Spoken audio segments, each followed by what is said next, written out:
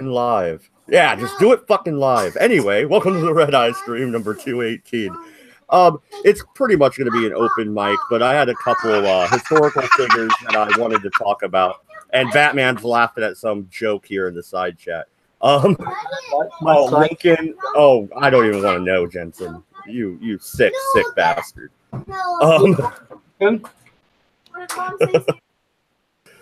But no, there's a few historical figures like Billy the Kid, Jesse James, John Wilkes Booth.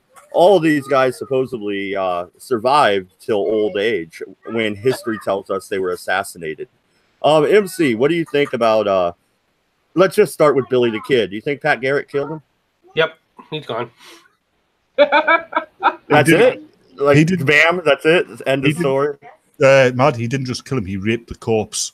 Every time that they've come back and shown anybody that's claimed to be Billy the Kid, and a number of people have, when they've actually done a serious investigation of it, it's all turned out to be false.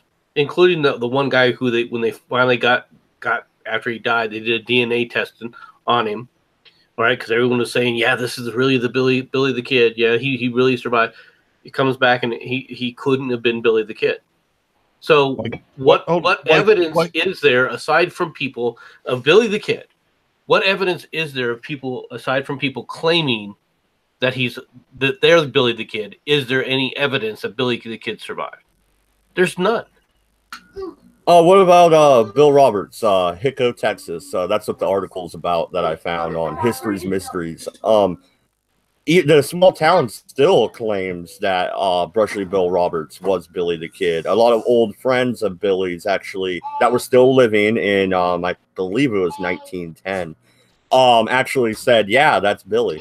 Well, from what I remember seeing a documentary about the life of Billy, he didn't have many friends. He was not a very popular young man. Well, he had a tendency to shoot them, didn't he?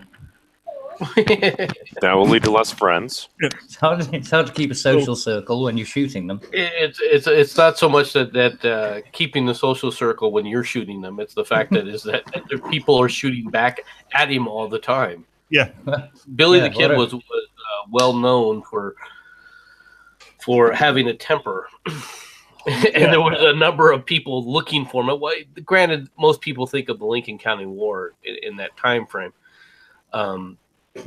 But there were lots of people that were trying to get Billy the Kid because of who he was and how he acted, more than just the Lincoln County War situation. Wait, so he had a really bad temper? That's something else that was in that documentary about Billy the Kid. A lot of the trouble he got into is when he'd try and go back somewhere to put things right and end up losing his shit and shooting the place up again. So MC, at what point did you get help with your anger issues back 100 years ago?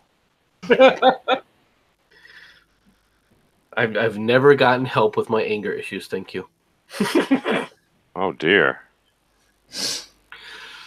Now, unless you're going to claim that I'm Billy the Kid and I survived, and I am the living embodiment of him. That was his implication. No, MC, you're not Billy the Kid. William the Goat, maybe, but Billy the Kid, no. Not even these characters will sit up there and believe that I'm Billy the Kid. How about that? They did a really quick ID on Billy, though, didn't they? Didn't they ID him in the dark? Left his body out there, and then they just buried him the next day in Fort Sumter. I don't think it was Fort Sumter. He wasn't buried at Fort Sumter. Fort Sumter, however you pronounce it, it's pretty close. Well, Fort Sumter is on the east coast. I know, Fort Sumter. The freaking South. Oh my God, dude! To bury him? Are you fucking Sumer, Sumner? However you want to fucking pronounce it, you cunt. Small letters can Where make did large come differences. from? Is that a Louisiana thing or an Oregon thing? You know what? I've about had it with your bullshit already. We're only 4 minutes into this shit. You spelled that out. You spelled that out, and at no point did you mention the letter P. What? You spelt it out, and I didn't hear a P in there. Sumer. The Where's the P? Sumner. No. Sumner. Fuck off. Really? No, are we just gonna fucking talk about the pronunciation for an hour? Yes. Oh, shut the fuck up, Cabby. You're going to ask a Brit if he'll talk about freaking pronunciation for an hour. And you've seen Cabbage go on and on with me, all right, talking about the English language and how we butchered it. And he can go on for decades. And I've got to say in your true. defense, MC, I've got to say in your defense, you didn't butcher it. It just evolved differently in the United States due to separation. Yes, that's true. As opposed to the Northeasterners who have butchered it like Batman. Actually, the way we think of the Northeast is close to how English was originally spoken. Actually. Yeah, that's what you claim, just to try and pretend that you're not retarded. We all know that Lancashire is basically it's the south pretending to be the north. No, it's the only civilized county on. Is it? Wasn't the South basically the French area? Yeah. Yeah. See, but we're not. We're the north. Yeah, you see, we're the northwest. We're the exact opposite. London's in the southeast. We're in the northwest. Couldn't get much. Yes. So basically, you're Irishman who learned. So he's in the northeast. He's directly above. Yeah. No, that's Scousers. Anywho, back to cowboys. Are we being racist? But I do believe that hold on. So what have dodgy builders got to do with anything? What? I said, what have dodgy builders got to do with anything? Oh God! Why you got everything so tenuous? Yes, I know. Like your grip on reality. Yeah, but I've heard two different versions of how Pat Garrett shot Billy the Kid. One version, Billy has no gun belt on. He has no guns. He was coming to get some meat to cook food or whatever. Another version, he actually has his guns and he reaches for his gun and then Pat kills him. I mean, you can't even get how he died correctly. How do you know it's the real guy in the grave? People that are going to go out of their way to try and throw aspersions upon the person, saying, "Okay, person was a coward. Garrett was a coward. That's why he did this."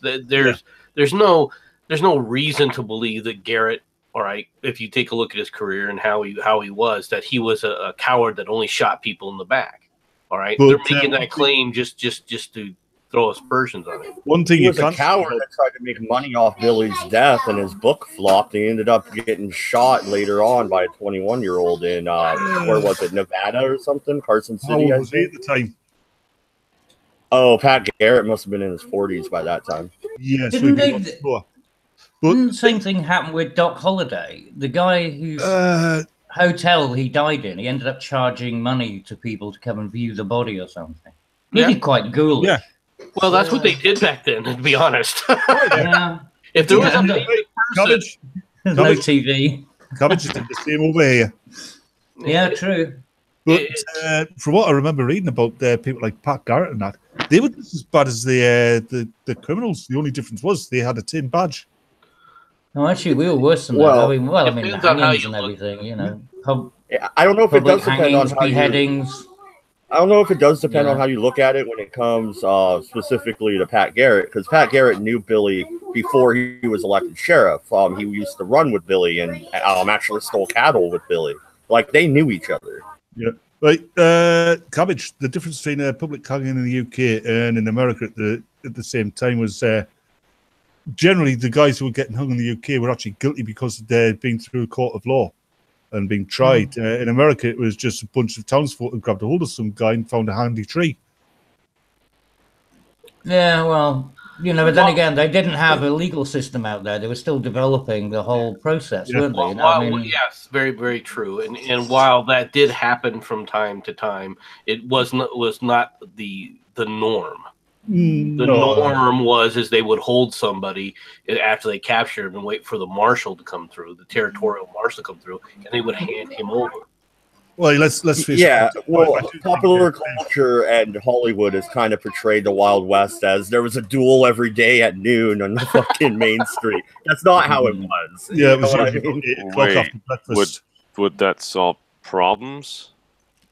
Okay, I want you to think of something about these people that are in the Old West. All right, the real people. The vast majority of these kind of people, right, had to sit up there and survive in very harsh conditions by themselves, all right, for extended periods of time. Every man for himself. And what's more is a significant percentage of them actually served during the Civil War on one side or the other. Or sometimes both. Okay, well, I have actually heard that. In some cases, both, yes. All right, but now, how do you think justice was going to be meted out? How do you think justice was going to be meted out by these people? Well, yeah. Well, you know what's interesting though that you brought that up, MC, is a lot of the outlaws actually were ex-Confederates, and people like God damn it, he ran around not Pat Garrett, but fucking Wyatt Earp. He actually served for the Union. So a lot of the lawmen were actually ex-Union officers, while a lot of the outlaws, especially the cowboys, when you're talking about Wyatt Earp, they were actually ex-Confederates. I remember reading Wyatt Earp and his marshals made a killing in Tombstone, figuratively speaking, because they were running a protection racket. Well, that was common back then. I mean, the mayor and the sheriff were usually the same family or whatever, brothers or something like that. I mean, person. Yeah, I mean, it was feudal in that sort of way. But a lot of the problems were, of course, I mean, in the towns, you could have some kind of, legal framework, or, I mean, like you say, with the sheriff or, but once you're out into the countryside, I mean, the only thing you've got is yourself. I mean, your family's going to grab the guy and, probably just shoot him. It's much easier. I know, no, bullets cost money. You can use rope over and over again. See that old saying, the old West, where men were men. It's not just the clever words, is it? No, these people were, if they had a feud with somebody, all right, there were a lot of people who ended up dead because of feuds. But the reality is the feuds were few and far between. They rarely. Yeah, who's those two families? The McCoys. Yeah, but they were Virginia, wasn't it? That was an actual feud, all right. But it wasn't it.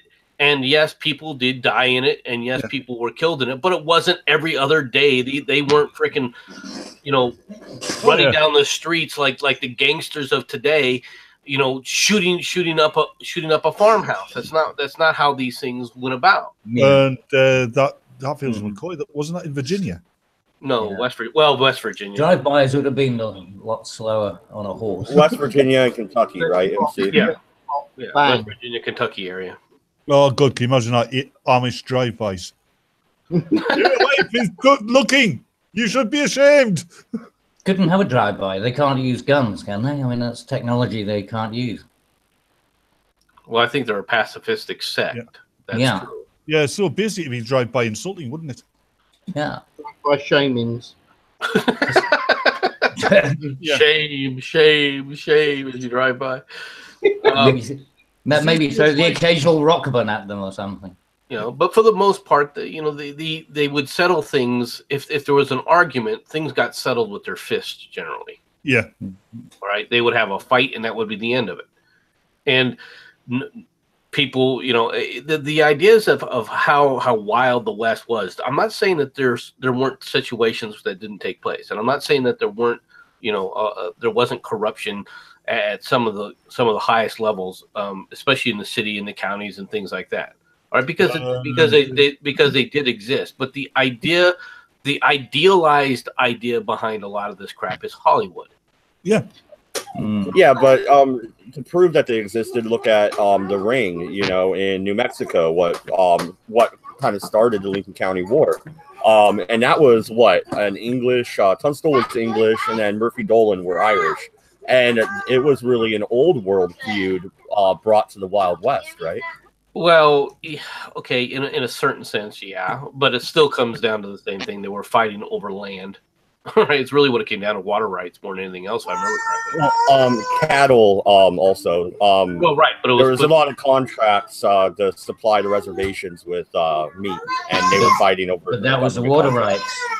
Yeah, but I think that was the water rights. A lot of the times, like if you had two, like one family and they wanted to extend their farm, but they had the upstream, then they could dam it and basically, you know, thirst the farmer further down, you know, so they couldn't feed their cattle. They go out of business, then they could buy the land. One of the things that makes me laugh, or even poison it, actually. That was known to happen. One of the things that makes me laugh is the cowboy films of the 50s. They were even more inaccurate, just dress-wise than like the spaghetti westerns of the like 60s and 70s. It seems like they got more historic the later on they were done. Especially the 50s ones, with those silly shirts that they used to wear. Well, because they were trying to, I mean, you're right, but it was in a certain sense, you're right. But in another sense, it was an attempt to deal with the flamboyance type of expressionary. I think actually that kind of ideal of the Wild West started off with Buffalo Bill's Wild West Circus. Yes. Yeah, but Batman, how's that any different than what we do with, like, you know, the Knights of the Round Table? Oh, yeah. All this kind of, it's the same bloody thing, you know. I mean, it just gets fantasized. Well, you know, because living back in the medieval times was fucking hideous. I mean, who was... Same with the ancient Greeks. What? A long time ago, when the gods were petty and cruel, and they plagued mankind with suffering. Shut up, you. Hey, it was good TV. I'm not even sure what that was. Dude, Hercules, which led then to Xena, which arguably was... Oh, yes. Hercules, the Laughable Journeys. Hey, dude, that's where I got a lot of my heroes back in the day. If you want to see a back on topic. Yeah, you want to see a mad Australian movie about Hercules? Watch Hercules Returns. Just trust me. Fucking funny. I think I do. Is there drop bears in it? No, it's about this bloke who opens up a cinema, and he used to work for a big cinema, and he pissed off his old boss. So his old boss was the one that supplied the film. So just to screw over this guy, they went and gave him the Italian edit, and like they basically, like the three main characters basically redubbed the movie live. They make all the muscle men out to be puffs and shit. You mean the Mystery Science Theater? Oh, then wasn't Arnold Schwarzenegger's first film, or first Hollywood film? Wasn't that Hercules in New York? Yeah, it was terrible. No, Hercules in New York. It was fucking. It was so bad. No, it's not even. It's not even a good like a B movie status. Sort Cabbage. Of like the one funny, movie they did that well with was Werewolf in London. American Werewolf in London was good. That was all right. Yeah, but Schwarzenegger wasn't in it. Oh, well, that's fine. Once again, memes proves that he knows not what he speaks of. I'm not even sure what you're speaking of, any of you. Hercules. Xena. Yeah, very clever. We know you can burp. Well done, you. Fucking Rick and Morty. This is coming with Ebenezer Scrooge's squeaking chair. Jesus Christ. It's like, what? Fucking pickle time. No. Fuckwit just he belches all the time, which annoys Cabbage. Yet Cabbage has his squeaky chair and never mutes his mic, which then leads to annoying many other people. That's all right. It's the cycle of life. Yeah, but the chair is out of my control. That's the difference. This is intentional. See, that's just obnoxious. Okay. My chair is not being obnoxious. I think my chair is just being a chair. I don't care about the stupid chair. Anyway, I like my chair. Could be worse. Could be screaming kids. Yeah. Fucking hell, people. Anyway, Dodge. Who's okay? Let's go on to the next story. You just put up the controversy surrounds Jesse James' photo discovery. Yeah, the surviving family members of Jesse James says that this photo is fake. I don't know. From just looking at it, it looks fairly authentic to me, and that would be really interesting to have a picture of Jesse James sitting next to the guy that supposedly killed him. And if this is real, it's worth millions. The original Billy the Kid photo just sold for $10 million. I think it looks like a pretty good portrait.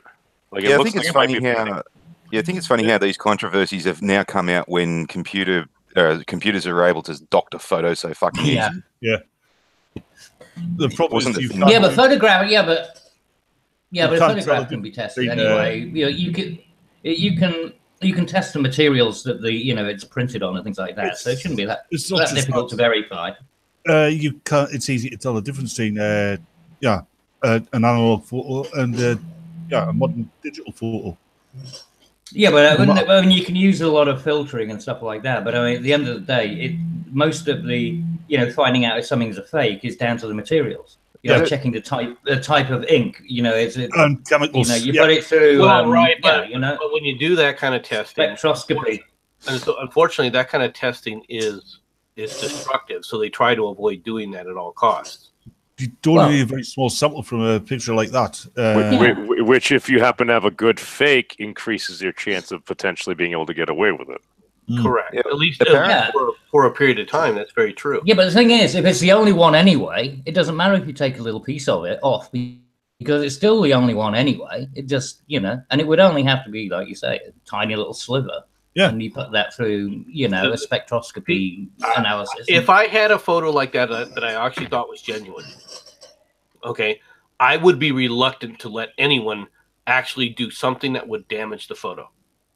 I would not be willing to necessarily to put it through these kind of testings, even if I thought it was real. There are also experts out there who wouldn't need to destroy the photograph to tell if it's real or fake. Well, but their testimony, let's be perfectly frank, is not as accurate as they lead people to believe. It makes sense.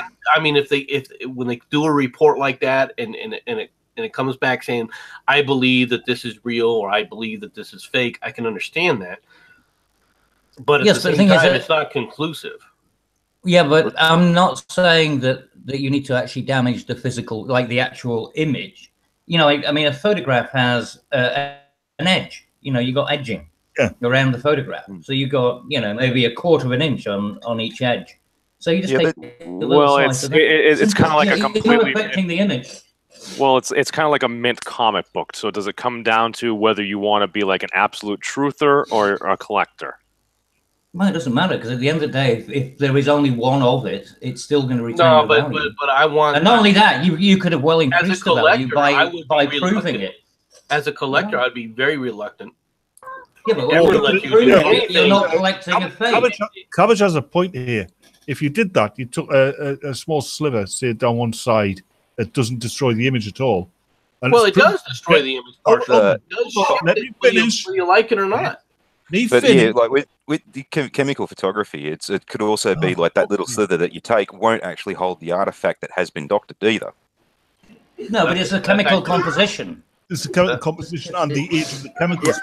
Tell by but what he just said is very true, which is the relevant portion that could have been doctored, but you can't destroy the relevant portion. Yeah, all of it that is true. I mean, to what advantage you going to have to make a decision as to just how much you believe this. I'm not buying that because it's going to have to be a single piece. There's no way it's going to be like a two-piece picture. What they somehow managed to get a single implant, put something into it, and then you could easily see if there were two different. Like the outside didn't match the inside. That would there's a famous photograph of Bonnie and Clyde standing next to a car, and there's one where she's got a cigar in one hand. And apparently, she never smoked, and everyone's saying that was doctored to have the cigar in just so she looked worse.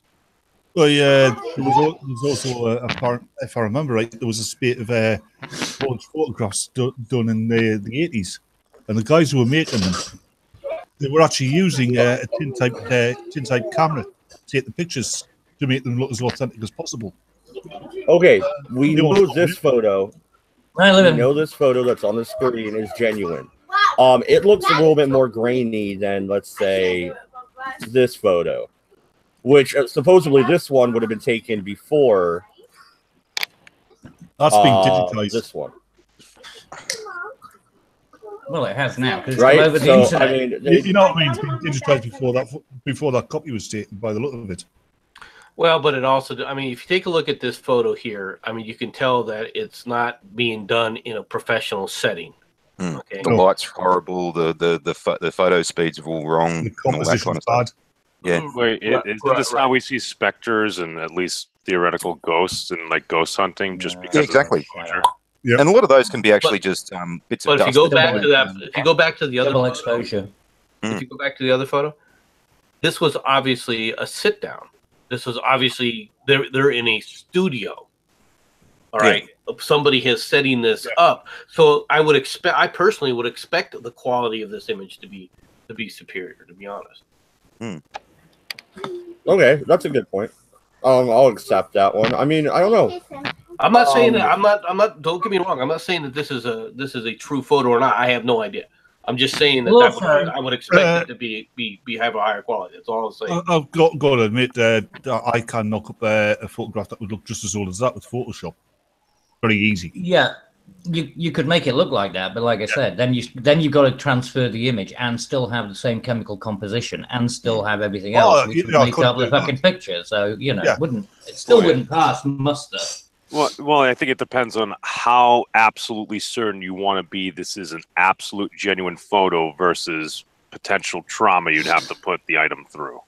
Yes, but like I said, if you are a collector and you want to make sure that you're not collecting forgeries, I mean, it's the best way of doing it. And if you know it's the only one in existence, then you're not only proving the point, you'd be increasing the value because you'd have verified. You'd have then given it some additional provenance. That's true. And once you've got provenance on it, then the price goes way up. While it's a bit iffy, nobody's willing to buy it. So if you're actually a collector, then you can say, "Here is my fucking." Oh no, I got you. But Cabbage, if you're 98.5% sure, but you had to do something and you had to take away a flake from a corner or something, and you're like, "Oh, I'm really almost positive this is true, but I don't want to degrade the item." I'd do it in a heartbeat. If I'm a collector, I'm not collecting it to sell it.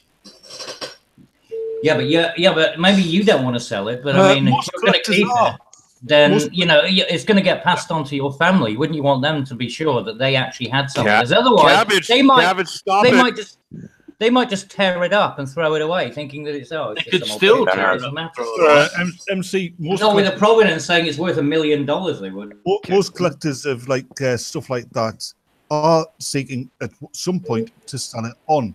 They collect it as an investment. Or just for insurance purposes, or for inheritance purposes. There are people that do that. I don't understand that. Yeah, but then your fucking retarded descendants will just go to the fucking the pawn shop they use in Pawn Stars in fucking Las Vegas and sell it for $3.50. Get shafted. Oh, I don't know, mate. I'll give you 50 cents. I'm gonna have to frame it.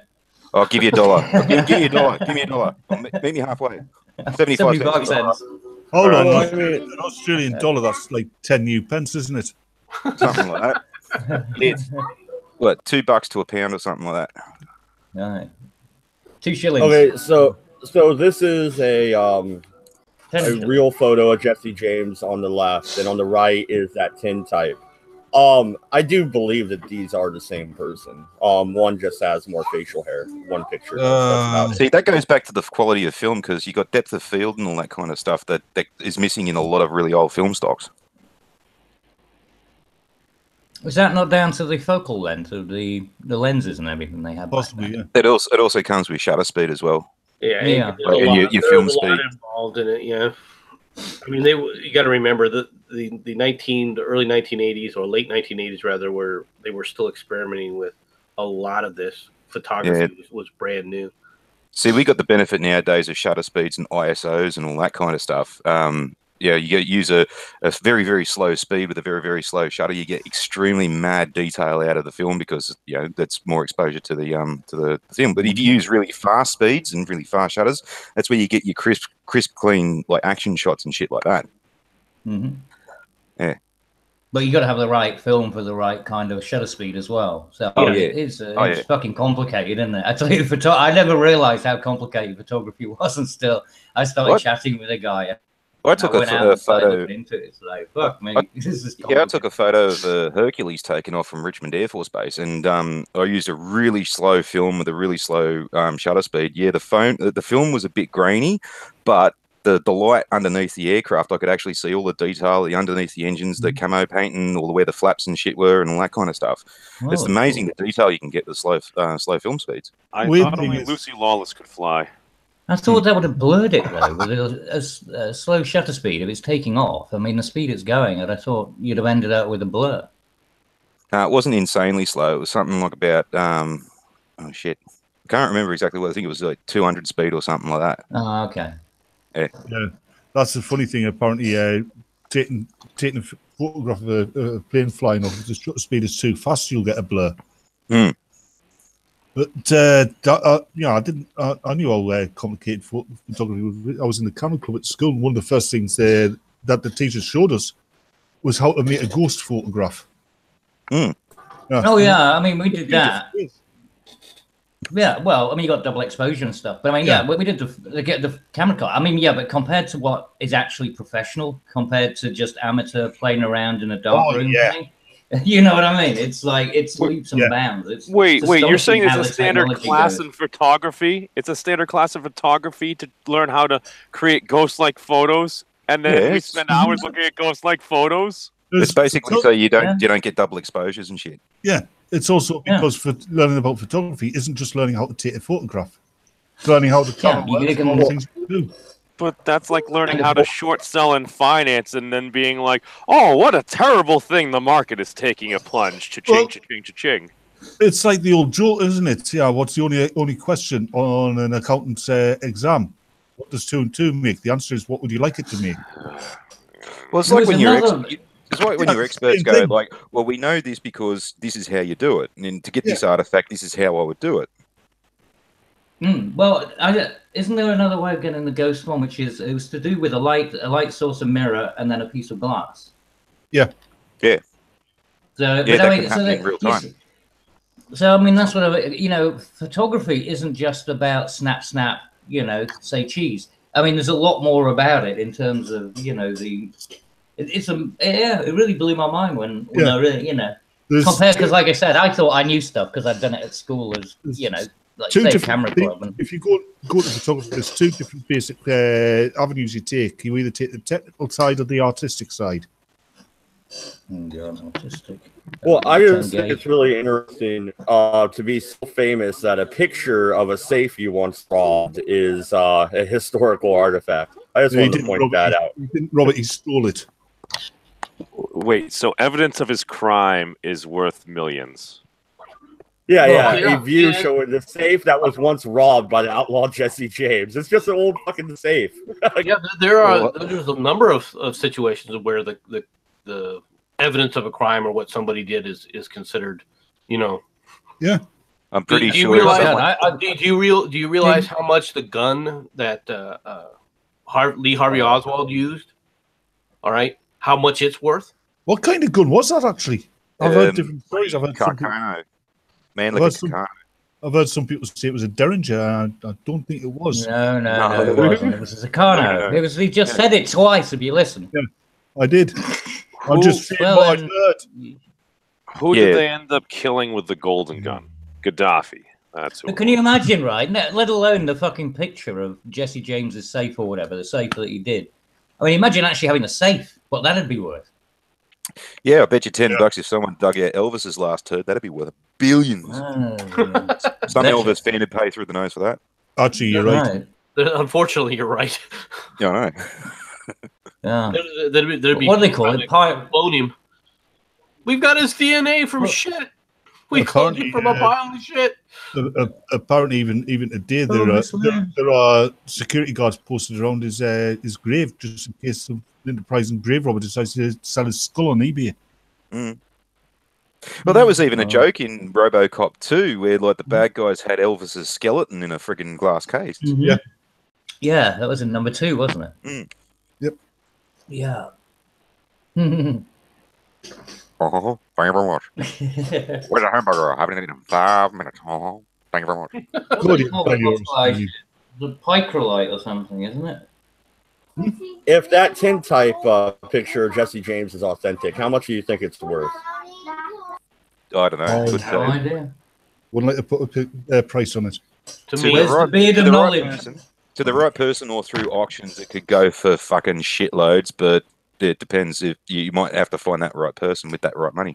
Well, the brains of most people nowadays will probably go for 75 quid on eBay.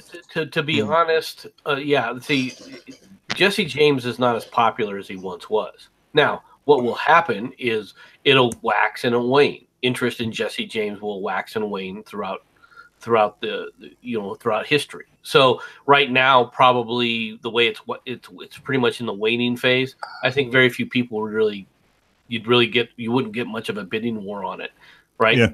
30 years from now, when somebody else does a movie or a documentary that catches fire and goes viral, right? It'll be worth freaking tens of millions of dollars. Yeah, as someone who likes to protect historical artifacts and shit like that, I'd personally buy it and then I'd give it to someone like the Smithsonian or something like that. I don't trust the Smithsonian with anything, to be honest. I think those people are freaking. A local museum or something like that is one thing, but the freaking Smithsonian, I'm sorry. MC would have that locked up, buried under 100 tons of concrete, and then buried over half a mile. So it'd be like, I know it's safe. And then he'd let it crack. He'd leave it crack so the water would seep in and ruin it. Yep. Those dang moles. He'd have it buried with him. Just so he's like, well, I'm not going to. Yeah. No, if I can't have it, nobody else can. And on that day, me and Cams will wait until everybody's left, then we'll dig him up and take it. And your skull. We're going to have your skull as well. No, he stores it in the radome of one of his drones. Actually, yeah, Cabbage, that's, can't get it. That's a good idea, Cabbage. I need a new ashtray. Yeah. I was thinking about discovered from the group of people that recently thought that I was Billy the Kid. So I think I'm safe.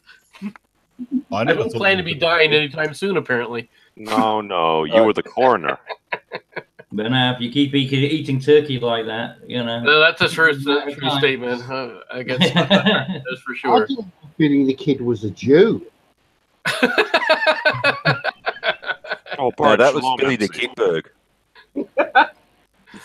Why do you think he kept robbing people? Well, what do you mean calling him the Kid? So what's the next conspiracy here? The next person that you think is still alive? We've touched Elvis now. Hitler. Hitler did survive. Yeah, Hitler made it to South America. He's still alive. He's 142 years old now. Oh, he's dead now, but he made it to South America. No, he didn't. Why not? Other Nazis did. Lots of them. Hitler's body was clearly identified. By the Russians who weren't even sure it was necessarily him. No, he was identified by eyewitnesses and by medical reports. Medical records, rather. Sorry. Yeah, he was buried with Anastasia Romanov. Wait, Scarlett Johansson? That would explain her resting bitch face.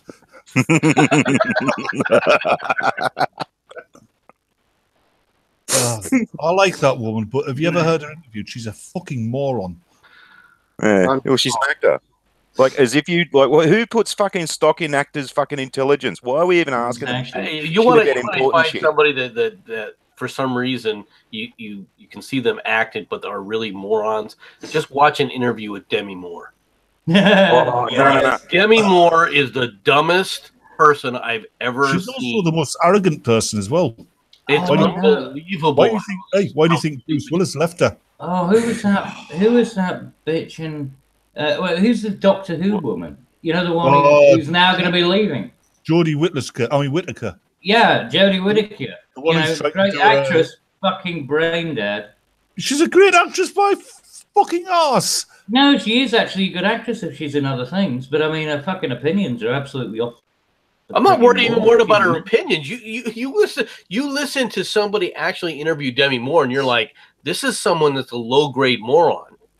I'm not joking. It's like, wow, really? This is an acting savant, because outside acting, she has the IQ of a turnip.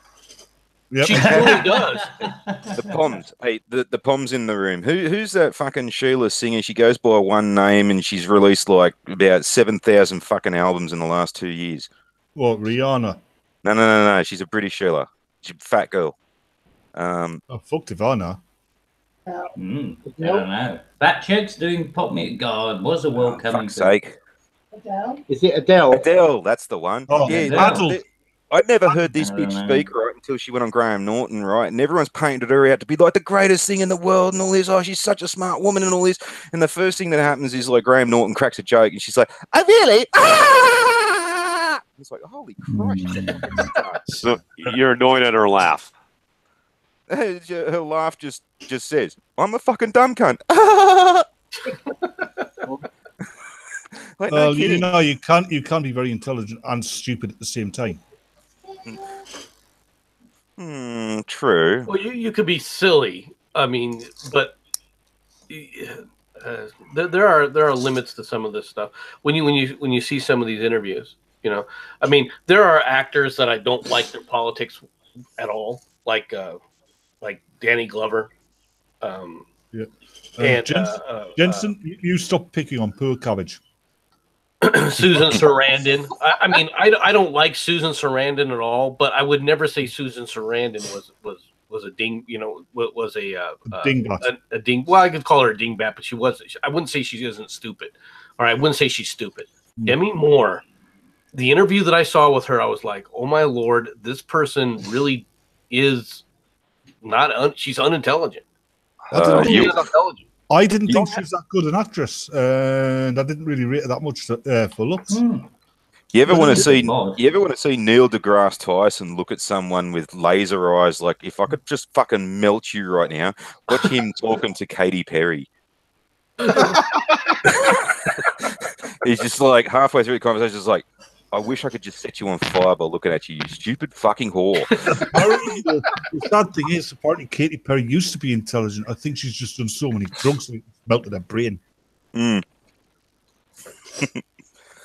well, that's what she gets for going out with. What's that fucking another pommy bloke, the fucking idiot conspiracy theorist? What's his name? Yeah, Russell. Yeah, Russell Brand. The fucking I like Russell Brand. Fucking hell, like a toilet brush with legs. He had a couple of good interviews with Professor Peterson. Yeah, right. It was interesting. I have no idea who this person even is. I don't know Russell Brand. You're not missing much. What makes me laugh about Russell Brand is British Johnny Depp. He gets into an argument with somebody, like a discussion, and he basically gets his ass handed to him, and he still thinks he's won. Yeah, he had this YouTube channel where he was just sprouting his bullshit, and he was so intelligent with the power of heroin. The power of heroin, huh? Yeah, the power of heroin made him a genius. I'm not kidding you, right? This guy, you know, he owns this enormous place, right? And he's sat there on a bed. I mean, obviously trying to be hip with the kids, you know, with a fucking towel draped over his head or something, like some friggin' Messiah complex. I mean, it's just bizarre. The guy totally lost the plot, and he's quoting all this. I mean, he was a promoter of Jeremy Corbyn, so that tells you all you need to know about him. And the room behind him looks like the room of a lazy student. Yeah, it does. No. He was trying to meme Sticks in that video, and then, well, he didn't do it well, so he ended up doing the little kind of professional studio thing. Actually, unfortunately, I think Sticks is trying to meme him. Exactly, he was there before Sticks. Yeah. I think Sticks has had his channel for longer, actually. He's been on for like a decade. Yeah, but how long's he been a fuckwit for? That's a good question. When was he born? Good point, sir. Sith, no, Russell Brand isn't a fucking idiot. He's stupider than that. Yeah, no, and seriously though, Russell Brand is the only person I know who could actually fail an IQ test. He could lose a battle of wits with a stuffed iguana. Yep. What were you going to say, Matt? No, yeah, Straight Sith Male, before he said that, brought up Tupac Shakur. Okay, anybody think Tupac is still alive? No, he's just religious. He's a holy man. Tupac Shakur, he was an American rapper, supposedly died in a gun battle. No, I think he died in a gun battle. Yeah. Well, it's interesting. He changed his name to Machiavelli. He put out Matt speak. Theory. Yeah, he put out 7 Day Theory, where he pretty much maps out how he would fake his death and come back. I mean, he kind of shouts at the world, "I'm going to fake my death," And then suddenly he's in a fight in a casino in Nevada, and he gets shot on the Nevada Strip. And there's no witnesses at all on the Las Vegas Strip. No witnesses. Nah, Come on now. I heard it was in a parking lot. And let's face it, it was a red light. It was a red light. They had stopped at a red light. Yeah, but if he was involved in a gunfight the size of him, there's no way anybody could miss. Tupac was thin. What are you talking about? No, he's talking about Biggie Smalls. Hold on, I'm thinking about Notorious. What you call him, aren't I? Notorious, Biggie Smalls. P.I.G. Yeah. Wasn't Suge Knight in the car as well? He was a big motherfucker. Yeah. So he should have got shot. Tupac took one for him. No. No, they all bounced off Suge Knight's fat. He got hit by ricochets. That's the thing. That's the thing with America. You get a murder in broad daylight and there's no witnesses. You see, the Serbians did this as well when Arkan, like he was a mercenary leader, part of the genocide and fucking the Bosnia War and all that kind of stuff. When he got fucking gunned down in front of this restaurant thing, like even my hardcore Serbian fucking war criminal mate, fucking he was going, no, he's not dead. He faked his death and now he's coming back later on. You can't kill Arkan. Yeah, bullshit, Simic. Somebody did. He was not shot on the Strip. Yeah, he was. He was shot in Vegas, but he was shot. According to this thing, he was shot at Flamingo and Koval, which is not the Strip. Fun fact. Yeah, there were pictures, but I don't know if they were tintypes or not. But there were definitely pictures. Well, no, I think it's really interesting. Suge Knight was driving the car, and he was a pretty big guy. And Tupac was in the passenger seat, and he's the only one that got hit, if I remember correctly. Well, Greyhound buses, they actually do that as a factoid because I actually took a Greyhound bus through Las Vegas, and they drove past the point, and they said, yes, this is the point where Tupac got shot.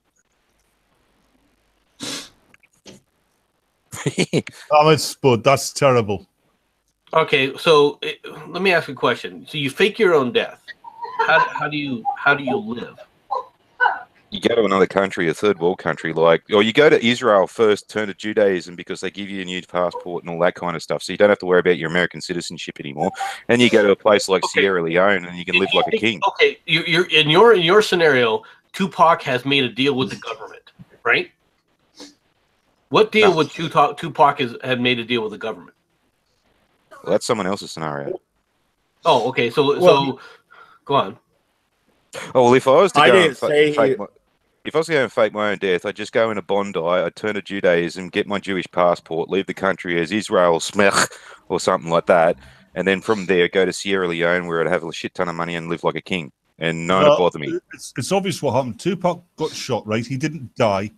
He was rescued by this aging millionaire, had his face surgically altered, and now he lives in a shadowy life of a man who does not exist. Yeah. Yes, of course. Yes. And he walks the streets doing good deeds to those he comes across. Well, no, he's actually driving a Black Trans Am. And laughs like this. I never said that he made a deal with the government, but I have heard that theory. And the reason he would make a deal would be he knew a lot about the inner workings of one, drug dealing, and two, the Bloods, street gang. So he could have turned fucking snitch and got a new identity and been put into witness protection. Well, no, you tons of back taxes or something. Yeah, but Mexicans can get fucking different identification documents and things like that. Yeah, but I'm pretty sure the problem with doing it on your own is very significant, and that is you can transfer the funds. No, well, yeah, but transferring the funds would be when you die. Okay. The relatives will say, show us these transactions because they're going to be trying to track the money. Yep.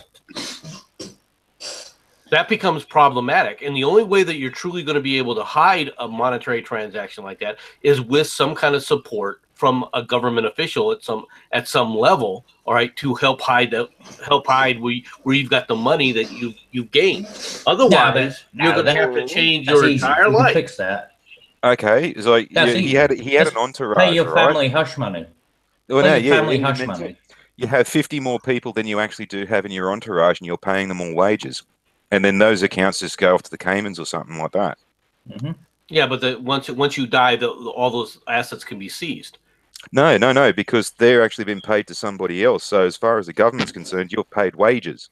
The money's still there. The government. I'm not worried about the government doing it. I'm worried about the family members who are trying to do it. Now, if your family members are in on it, yeah, you're right. Then that will work. But it remains that the family has to be in on it. You have to have other elements. That's a possibility. What if you've been stashing money away for a while into a number Swiss account? Well, that was the other one I was going to say. But also, I mean, you could move things into a company. Yeah. Shell company. So you could shell company the whole thing, and then so when they come calling, I mean, you go to Switzerland. Once a person dies, all right, the ability of the government to go in there and review these records, all right, you have no privacy rights because you're dead. Yeah, but it depends where the money is. If it's in the Cayman Islands or it was in, say, Switzerland, it doesn't matter if it's offshore. They're going to look at that and say, okay, where did this go from here? We're the U.S. government, and they will show badges and say, show me where these transactions are. Well, that's where they tried that. That's where you pay employees. That's where you pay employees because as far as anyone cares, the money's been. I'm just trying to point out how much more difficult, complicated it is to actually. Well, I have. And then if the money is being held in another country, a different jurisdiction, you go, yeah, we are the US government. Hey, we're badges. Yeah, nice badges. Now fuck off.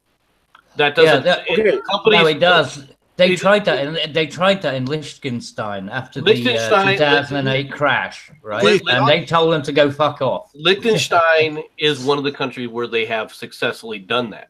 That is true. So is Switzerland to an extent. Solution. But other countries like the Caymans and things like that, they're not able to sell that to the government because the U.S. government says, okay, you want to play hardball? Here's the rules that you no longer get to do in the United States, and those are significant. Okay, Mad Dodge, you don't have to ask a question. Yeah, I've been trying to fucking talk. Yeah, you guys just mute over me. Mute us, mate. I don't mute that people. Happens. I don't mute people. Well, you should. Okay, real quick, MC, is it illegal to fake your death if you don't collect life insurance? If you don't get any monetary benefits out of it, can I just fake my death and take off to live in fucking Bermuda or something? It still is because you're not paying taxes. Well, no. I mean, it depends on several factors. They would. There has to be if you're faking your own death, they can get you for fraud. Yeah, it is. You're committing fraud on people. I don't know. Is that only the case if you claim your insurance?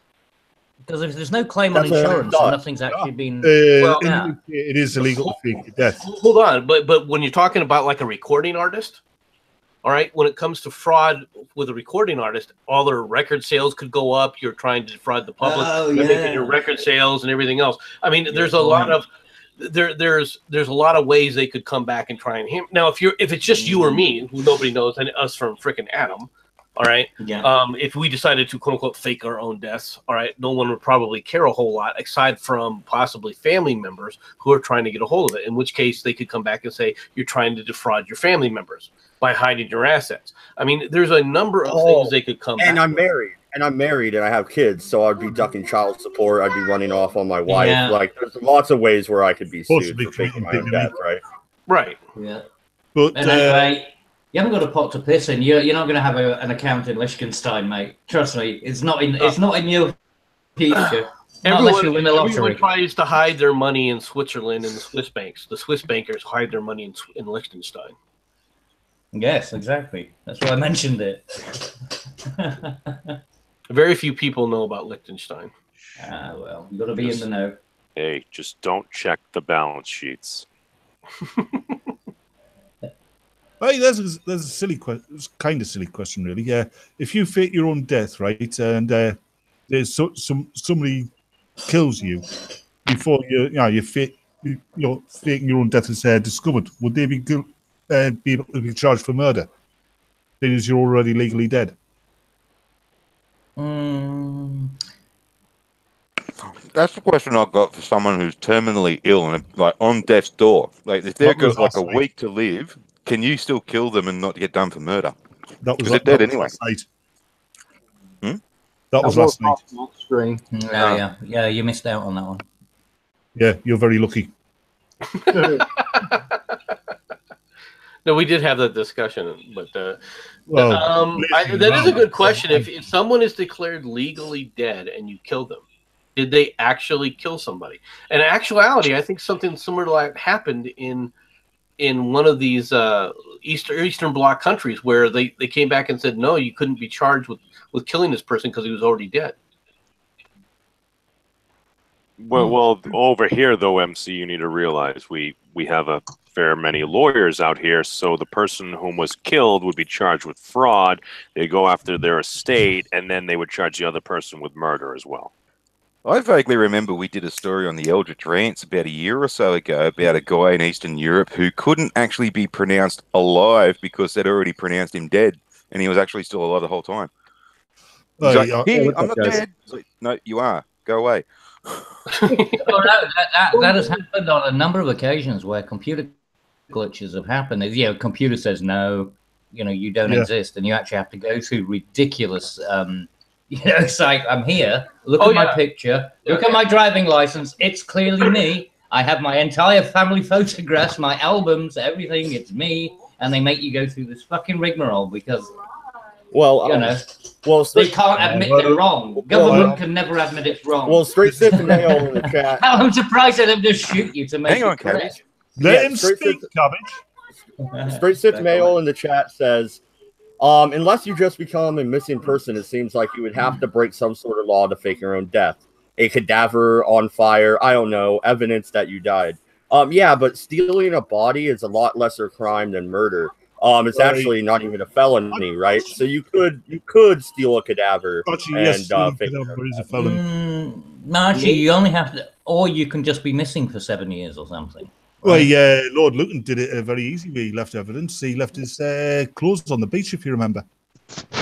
Wait. So dying is like a common law marriage? Pretty much. Well, they can. Your family can have you declared legally dead for like insurance purposes and things like that. So after 7 years, I think technically, if they can't find the body, all right. But they find evidence like of going off a cliff into the ocean, but they never find the body. He was last seen sailing. Hey, MC, I have a question for you. Just to give me a little bit of clarification, I actually just finished watching this video before popping up over here. So, Tim Pool just reported on this. There was a group of Marine reservists who got attacked by some Antifa members and then got mugged, and a bunch of people were like, oh, Marines should be able to plow through them, whatever, yada, yada. What I was thinking is, like, what would have been worse if this group of Marine reservists get mugged by likely civilian Antifa members, decide to retaliate, and one of these people ends up in the hospital or, God forbid, dead? Or was it better for them to just not retaliate? First of all, there's something that you said immediately that people need to identify with. One, they were reservists. Okay, they are not active duty Marines. Boy, army. Okay. The second thing to think about that is that is a concern that people in the military do have. All right. Is okay, yeah, I can fight back, but what happens to me afterwards? I can still end up getting charged with beating a civilian. All right. And to be honest, some of those ramifications are far more significant than the fact that I got hit a few times and I'm on the ground. Yeah, and if they are still active, then I mean they would end up in front of a military court, and you don't want to go in front of one of those. Exactly. Because they can do, even if you don't go to court, even if it's just an Article 15, if you're lower ranking, you can lose pay, you can lose rank. You can go to jail. Well, the jail part is not the, believe it or not, the jail part is the least of the worries. Wait, it's the other things that go along with it, because your career is, let's say you want to do a career in the military, right? Your career is screwed if you get any kind of black mark such as that in certain circumstances. It depends on your specialty. You got drummed out. What if you got dishonorably discharged? Then you don't get any benefits. You get nothing. Good day, sir. the most in this kind of a situation, it's unlikely that you would be given a dishonorable discharge. What you would probably get discharged with is a general discharge, which you can then apply for it to change to honorable after a certain period of time, depending on how hard you beat the guy. Well, there are it depends. There are lots of circumstances involved. Well, so what I'm trying to draw from this is, so it kind of seems like Nicolas Cage's portrayal in The Rock was not accurate. Of course not. What the hell? Why would you think the military would ever function like anything that Hollywood ever did? Well, I don't know, dude. He's protecting his pregnant wife. He ends up killing the guy, and then it's like, well, I guess you're going to jail while your kid's being born. Well, I guess my follow-up question would be, let's say that one of these Marine reservists ends up, putting one of these people in a hospital. Maybe they end up with a really severe concussion or like some broken ribs, maybe a broken arm. What are the chances that they would likely end up before a military tribunal? Well, as far as I'm concerned, if you attack a fucking soldier, you deserve every fucking thing you get. Well, unfortunately, it doesn't work that way. The likelihood is it's not very likely that he would end up in front of a military tribunal or a military court-martial, because most likely he would have taken a plea deal.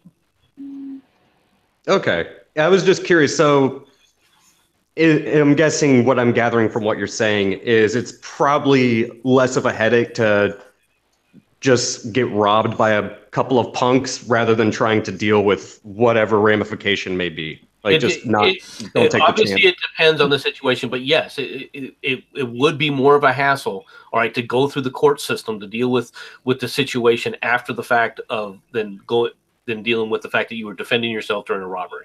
But that's fucking up, dude. That's like a violation. Welcome to life. It doesn't depend on anybody's. I know. Who says anybody's going to report it, though? I mean, the guys were trying to rob you. You defended yourself. They got beat up. Why are they going to call the cops? Oh, yeah, I was trying to rob this motherfucker. And he broke my nose on pressing charges. Let's go on. I rode my boat up to a battleship, and then I got blown out of the water. I'm a fucking idiot. Let's talk about that for a second, because it sounds that simple, Mad Dodge, until you go into the fact that, okay, why do you have a stab wound? Why do you have a broken hand? Okay, what's going on here? And I have seen people charged for breaking their hand for hitting a wall when they were upset with somebody. Mm-hmm. Well, it's like that case with Buzz Aldrin, the dude that called out Buzz Aldrin that day, and then Buzz Aldrin just fucking floored him. They went to court, and the judge looked at the bloke and said, "You're a fucking idiot. Fuck you, you dickhead." That was the guy who did that. What was it? A funny thing happened on the way to the moon. Yeah. He just decked him. Wait. Just to add a little bit of context to the situation, this occurred, if I remember correctly, in Philly during the Patriot Prayer Rally. They weren't actually taking part in it. They were just walking near to where the rally was being held. Yeah, even then, no, they shouldn't have fucking started it. It's as simple as far as I'm concerned. I don't have a problem with that. The question is going to be, though, all right, from a military standpoint, right, what they feel like the military commanders are like. Now, if you have someone that you believe your chain of command will support you, you will see them react. But if you don't have any faith that your chain of command will take care of you, and reservists, that's hardly surprising, because in a reservist unit, you really don't know your chain of command all that well. All right, they could be so I mean, you will see a lot of people talk about injustice. Well, you want to see injustice on a daily basis. Going in the military, you'll see people taking Article 15s and what they call captain's mast in the Navy, and that's what it would be for the Marines, because they're under naval jurisdiction, right?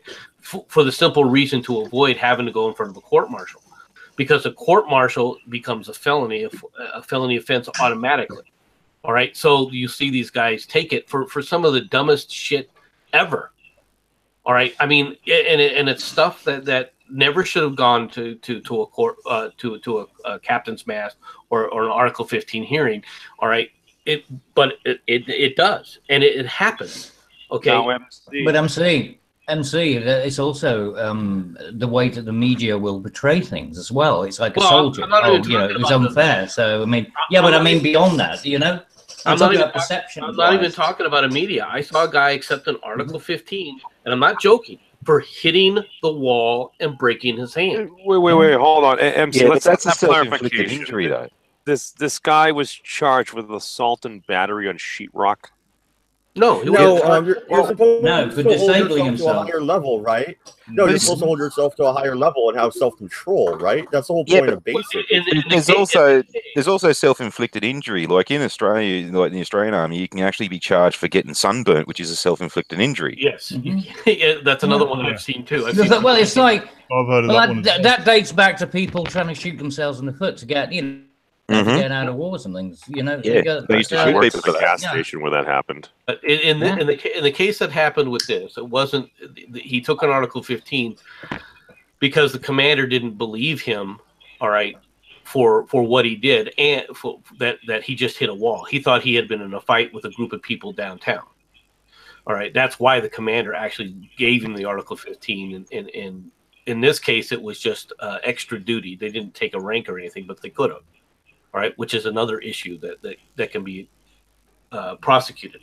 But or if you get busted down a rank, how easy is it to get your rank back? Well, it may not be. If you got a black mark. It is a black mark, and it can take a significant amount of time. All right. The problem with the military is that if you get a black mark nowadays, remember it's an all volunteer force. They'll just say goodbye. When it comes time for reenlistment, they won't let you reenlist. They don't have to let you reenlist. It's not a right to reenlist in the United States military. Like Alfred Keith says, that's going to be on your permanent employment record. You'll probably never get a job. No, that part would probably be sealed. All right, and so let's say that you take an Article 15 and they reduce you in a rank.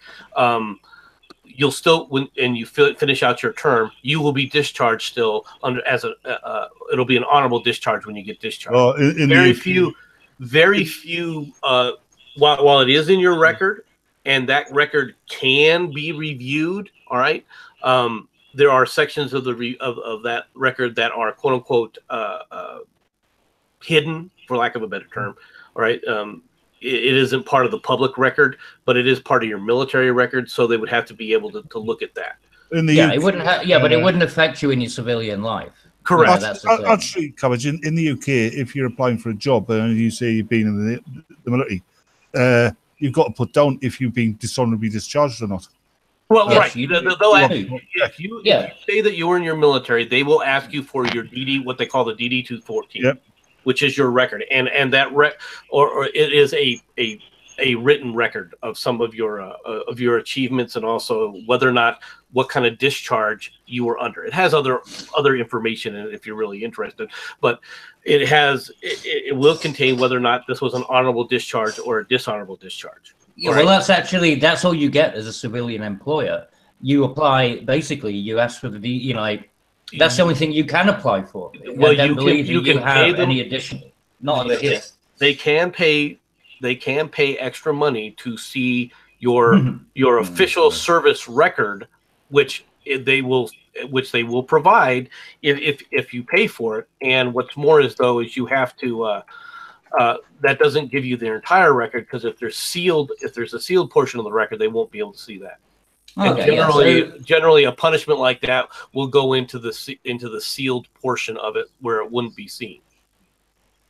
So that would be for people if they were going into, say, Blackwater or something, and so they would get their records going into the private sector as mercenaries, or maybe. Bodyguards or something. In fact, a fighting record like that would probably be a resume enhancer. So you probably want that one put out there. Yeah, exactly. Yeah, I gave this guy a right good kicking.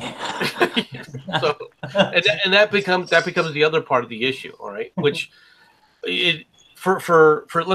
say that you're like I was in the MI community, right? You don't want it on your record, all right, that you were fighting with people in the civilian world. All right, that becomes a serious black mark, and that can affect your ability to get a job outside of the military even. Okay, so therefore you're going to be far more reticent to actually engage in when the robbery happens than to just walk through these guys and beat the holy crap out of them. All right. The other thing is just because when you're a reservist, you're not doing training all the time. Your state of readiness is considerably lower, even for the Marines. The readiness level is considerably lower than what you would expect a regular Marine to be able to react like. You know, your physical fitness isn't as fit. You're not. You just don't have the same kind of standards. So when you said that these happen to Marine reservists, most likely it was that a portion of that is the fact that they weren't always in readiness. Yeah. Well, I guess the that kind of leads me to the other concern that would have popped up in my head in a similar situation.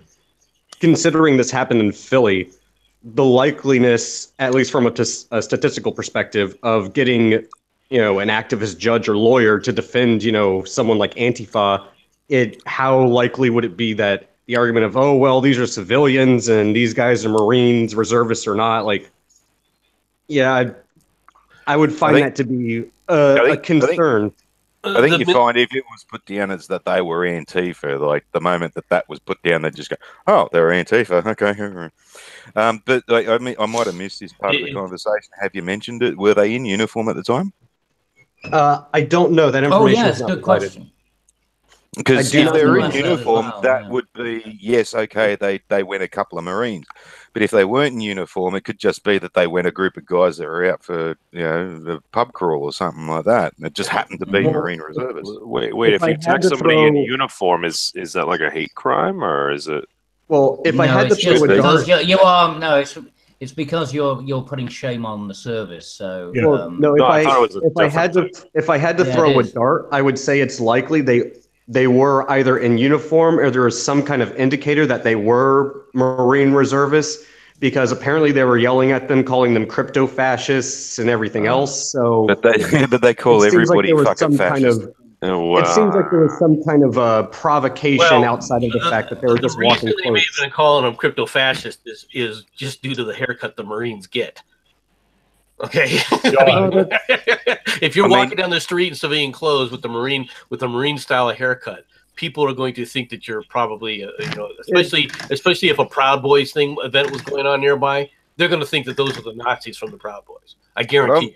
But I'm wearing a volunteer firefighter shirt at the moment, and I'll probably get called a crypto fascist from a fucking an Antifa cunt because I'm part of the establishment.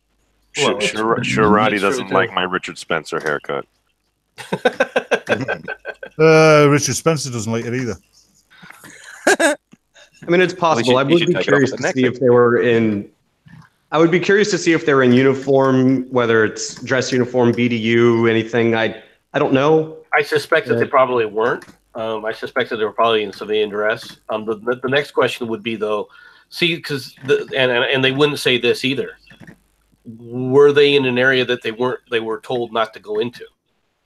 No, apparently they were just walking. I think it was they were walking, like leaving a bar or a restaurant. It just happened that they were close to where the Patriot Prayer Rally was being held. But that has nothing to do with the Patriot Prayer Rally. I'm not saying that. Why were they in this situation? Were they supposed to be off base? Were they allowed off base? I mean, what's the situation that they're under? Right, there are areas that there's areas that you're not allowed to go to. For example, just as a small little aside, even though it's legal for you to get in civilian clothes and go off base in Fort Bliss, it's not legal for you to go across the border to go to whatever that's the Juarez. I think it's Juarez, which is right across the border, right? So there's areas of a town that can be designated as off limits to military personnel. Well, Juarez is another country. Juarez is another country, but there was, for example, when I was stationed at Fort Devens, we weren't allowed to go to Roxbury. See, if they were in civilian, if they were in civilian garb and they were just walking down the street with no telltales about being a Marine, and they were gone, like these Antifa cunts just decided to go to them because they thought they were an easy target. That goes back to my original perspective on this, that like, yeah, okay, you went up to this civilian ship that looked like a civilian ship, and all of a sudden these shit dropped down and guns came out and fucking torpedoes were launched, and you went up against a Q ship and you were unarmed. Stiff fucking shit, you deserve everything you get. You happened to go up to the bunch of Marines and you got your ass kicked. Stiff shit. Yeah, but as far as I'm concerned, you know, I mean, if they were off base, if they were, you know, if they were on leave or whatever, then they have every right of a civilian if they were not in uniform. They definitely could have defended themselves, but that still will not stop the military in certain circumstances from actually going after them. The military does some crazy shit. I'm telling you. Well, it does. If it's going to taint the name of, you know, the service or whatever. Even if it's not, you get the wrong commander, you get the wrong person in charge. They just do stupid shit. And you've seen that, Cabbage. I'm sure you have. Well, still, that yeah, also goes true, to the point do. too about like, it all depended. Like, you know, fucking, like, you know, would it be the Antifa cunts that would complain if they had their heads kicked in? I mean, yeah, they go to the police. Oh, we went to go and rob these cunts and they fucking bested us. And the cops would look at them and say, "You're Antifa cunts, aren't you?" I go back to go ahead. I think it's more like they'd go to the cops and say, "Look, we were minding our own business, and these guys bumped into us, and they decided to cause a fight just because they bumped into us." That's what would most likely happen. See, I hearken back to about 24 hours ago, where a wise man once said, "Prosecutorial discretion." Yes, but one of the things that Cabbage did mention, and he's correct about this, if those same Antifa cunts sit up there and ran to somebody else claiming they were just walking down the street and we weren't Antifa, they're not going to admit that they were Antifa, and said these Marines beat us up.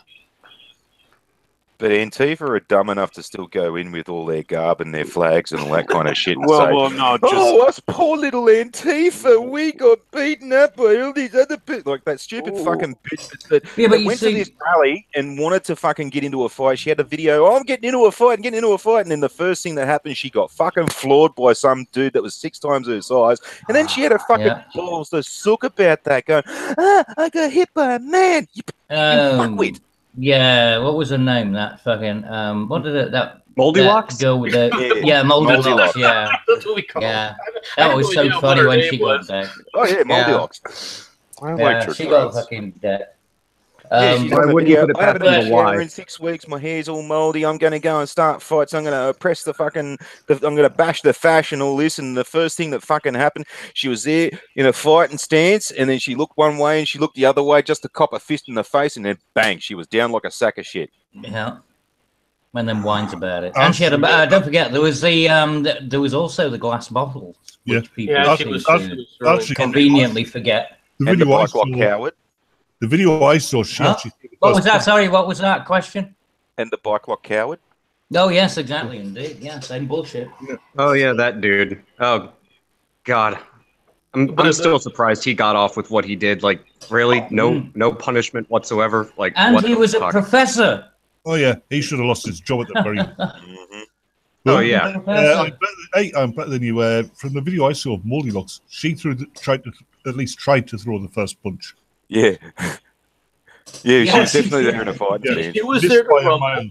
She was there to fight. She had been throwing freaking bottles and all sorts of shit. And she got into realized that, holy crap, I'm in a fight, because and that there weren't all of her little pals weren't there to defend her. And she also broke the first rule in a fight too. She didn't have an escape route because there was a gigantic pillar behind her too. So yeah. And she also dropped her shoulder when she started to try and throw her little pansy punch. With a toothpick it was a gal getting socked in the face. It was not a gal. It was a rioter who intended a riot, and she got what she deserved. Exactly. The thing is, right? If you've got people who have got themselves covered up and everything, and you don't know, you just see a fist coming towards you. I don't give a shit who's attached to it. You know, I wouldn't give a damn whether covered up. She was engaging in a melee. Dude, here's the thing, dude. I've been in mosh pits. I've been in bars. I've had gals attack me, and it's like, well, I think it was overzealous. Well, hey, you know what? There's something we got to point out here. There's something we have to point out here, Serious reality check. Cabby, there's something we got to point out here. I think you'll find this entertaining. In all of Antifa's stupidity and becoming one homogenous black bloc group, with that particular instance, they managed to achieve one of their primary goals: equality for all, comrade. Mm-hmm. Yes. The True. other thing to remember, memes, you keep forgetting that she was there. She was throwing glass bottles and everything else. She wasn't just an innocent bystander who just got clocked in the face when this 5-second video. And you keep wanting to sit up there and go, "Oh my gosh," and you want to bleed for her and give her the bleeding heart. All the poor woman. She's not a poor woman. She had a bandana across her face. I mean, unless you're paying particular attention. And anyway, with most of these Antifa fucking soy boys, how can you tell who's who? Yeah, I mean, what, by the eyes? Are you kidding me? Let me tell you what she would be like. If she would be like if somebody had gotten knocked down in front of her, right, and she was part of, and she was, in the riot when this took place, she would be one of the people while the person's laying on the ground, kicking and hitting them in the head, right, and stomping on their face. That's who she is. Yeah. You want me and you want everyone else to feel sorry that she got clocked and knocked to the ground. That's exactly right. Now, out here, there's this gigantic campaign that they've arbitrarily said there is flat out no excuses to hit a woman at all. No. Bull fucking shit. There are thousands of fucking reasons to hit fucking Sheilas. I don't give a crap. This fucking proves one of them. If you're going to go up and try and beat up blokes that are fucking 4 times your fucking size and you get flattened, that's your own stiff fucking shit. You fucking found a reason why a woman should get hit. There's another thing. Well, this is what they wanted: equality. They got equality, and she got a reality check. She got her full. She got her full fucking equality quota. Exactly. There's another thing on the subject of Moldy Locks. Yeah, after the fact, she had a GoFundMe to raise money for her court case. That's right. No, not only that, her medical. Remember the medical bills, and she didn't have any fucking injuries. I mean, she has like a little thing on her nose. And didn't GoFundMe can it? Thankfully, she failed miserably with that. No, I don't think she did. Be honest. Did she collect like $30,000 or $40,000? Yeah, no, she made a chunk of money. Oh, getting hit in the face hurts. I thought. Well, let's be honest. Moldy Locks probably has less money in her bank account than Asazio Cortez does. So, well, I'm sure she basically flittered it away with. Well, she mightn't have any money, but her parents do. MC, this is the thing. I bet you the one thing she didn't do was fritter it away. I bet she kept that money to herself and she didn't put it back into the fucking commune. You know what I mean? I agree with that, but I guarantee that she's back in the same straits where she has no money again. Yeah, you know the weird parents thing rent. Hold on, I'm gonna have to screen share this. Talking about Moldy Locks, the before and after. Yeah, before. The thing is, I'd fuck Moldy Locks. Before she became a lefty, and after she became a lefty. Oh yeah, I'd still fuck her. She was bad looking, and then she becomes this fucking skank. Yeah, I'd still fuck her. I'd just have to turn her over in the after photo. Yeah, I'm sorry, but she's got to have a shower first. A shower? No. Because just a that shower. means I don't have to have a shower, and then when she gets a yeast infection, she can't blame me. No, I want the fucking jet wash before I get my anything. I want station is a requirement. Yeah. I want inoculations. Damn right. I can just see Sharati crossing her legs tight right now. A triple whip condom. You have to remember, she would never shower. Showers are the patriarchy. No, that's okay, well, then how about we put her? All right, then fine. Then we put her on a fucking ducking stool. How about that? We'll just keep on splashing her until she's. No, you're out there. You're delousing the sheep. You're throwing them through the dip. And no, we're not going back to Salem. No, no. Where did the Salem thing come in there? You have no idea. Dunking her in water. I'm not going to dunk her in water. I'm going to dunk her in the freaking crap that they dunk the sheep in. No. MC, that's what I was saying is that if you can't do that, then use a ducking stool. Right? Chuck her in the river and watch all the fish float to the surface. Oh, is that where it came from? I'm sorry. Yeah. I wasn't talking about going to the old days of the witch. Well, yeah, but at least it's a wash, isn't it? You know, you wash the witch before you fuck her. You know, use it for fishing. You throw her in the river and just catch the floaters. She weighed the same as a duck. She's got to go to the chair. It's the fair call. but I've got better though. Yeah, I wouldn't throw Goldilocks in the river. She'd leave a ring round the edge. Greenpeace would fucking sue you. It'd be like pollution. No, yeah, she'd fall in the river. The fish would jump out. You'd have that. Yeah, well, what's the technical half-life of Goldilocks? What's the half-life? Person, not a chemical compound. Does she count as a biotoxic weapon? Yeah, Yes. the half-life is when the smell gets less enough so you can actually breathe. Oh, so 10,000 years. About that, yeah. And you really wondered why the Indians actually went extinct? Yes, apparently she's so bad she didn't need a cannon mace. She just needed to lift her arms up. Oh, you know the chemical leak at Bhopal in India that killed a shit ton of people. That was actually Goldilocks spreading a leg. Oh yeah. Oh, Yep. Do you remember what he's talking about? Union carbide. The memes? Do you remember what he's talking about? I don't want to remember. Actually, for all those who are listening that don't know what happened with that. In Bhopal, India, there was a Union Carbide plant, all right, that had a gas leak. The gas leak was of cyanide. It wasn't. It wasn't. No. It was another chemical. No, I think it was cyanide. It was something cyanide, if I'm not mistaken. And they killed literally hundreds of people. Wasn't it? Hundreds? Oh yeah. The death cloud, they were calling it. Yeah. It was something like hydrogen cyanide or something like that. It was like it's a mustard gas, from what I heard. Here's a fun fact for you: back in the day, there used to be the suburb is still there, Rhodes in Sydney. I actually used to go to the public school there. Yes, I am a Rhodes scholar. And across the train lines was a Union Carbide plant, and the greenies were saying that the Union Carbide plant's been spilling toxins into the dirt and all this. And we had some fuckwit politician come in on the news in the schoolyard saying that he could eat a teaspoon of dirt from our playground every day for the rest of his life, and it wouldn't hurt him whatsoever. Did he actually fucking do it? Fuck no. Actually, the Bhopal disaster, it wasn't Union Carbide, it was memes. They landed there after jumping.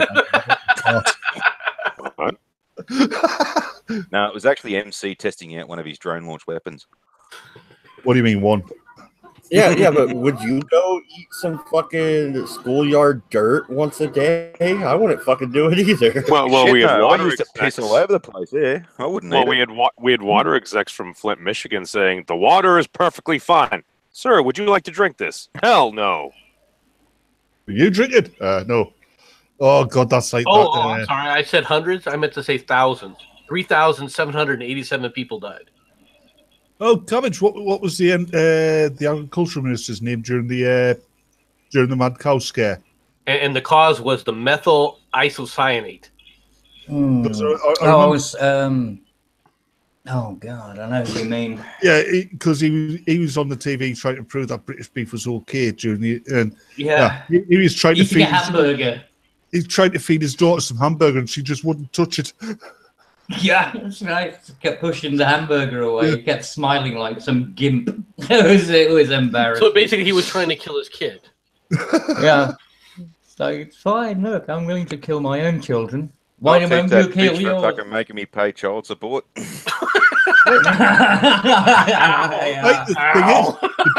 The beef he was eating probably was safe, because let's face it, he's not going to be eating British beef, is he? You can guarantee that was probably like imported Kobe beef or something. Yeah. No, it was Iceland horse. It was Iceland horse.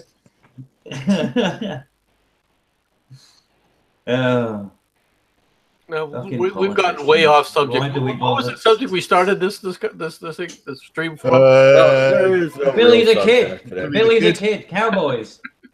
Cowboys and Billy the Kid and Doc Holliday. No, actually, we're still on topic, because Billy the Kid back in those days fucked moldy whores too. There you go. We've come full circle. I've got a conspiracy theory. Billy the Kid survived. He went on to become Hitler.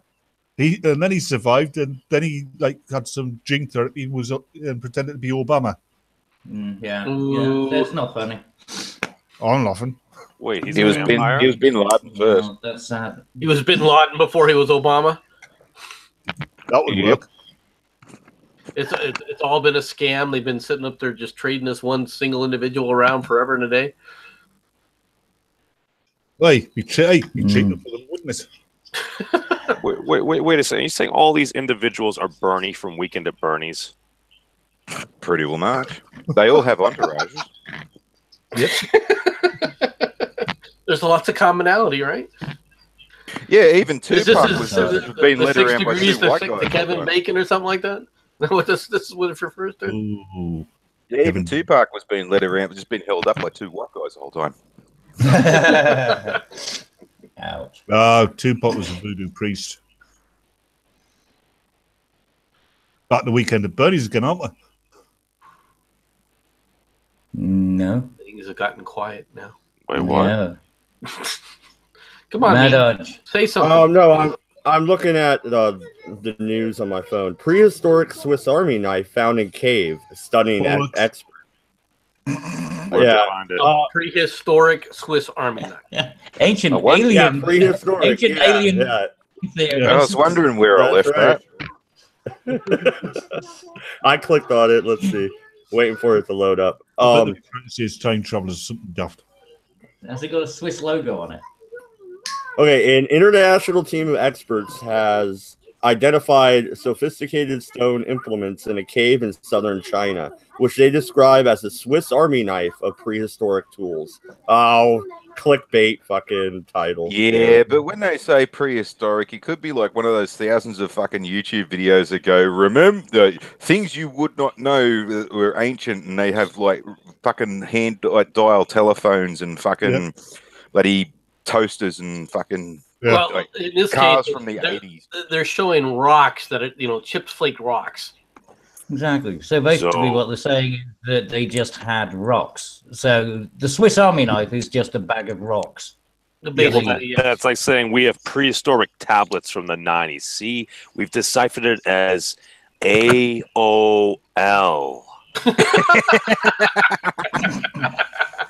Well, a bag of rocks is they're the golden discs.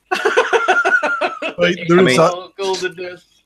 There is that partially fossilized hammer they found encased in thousands of years old lime.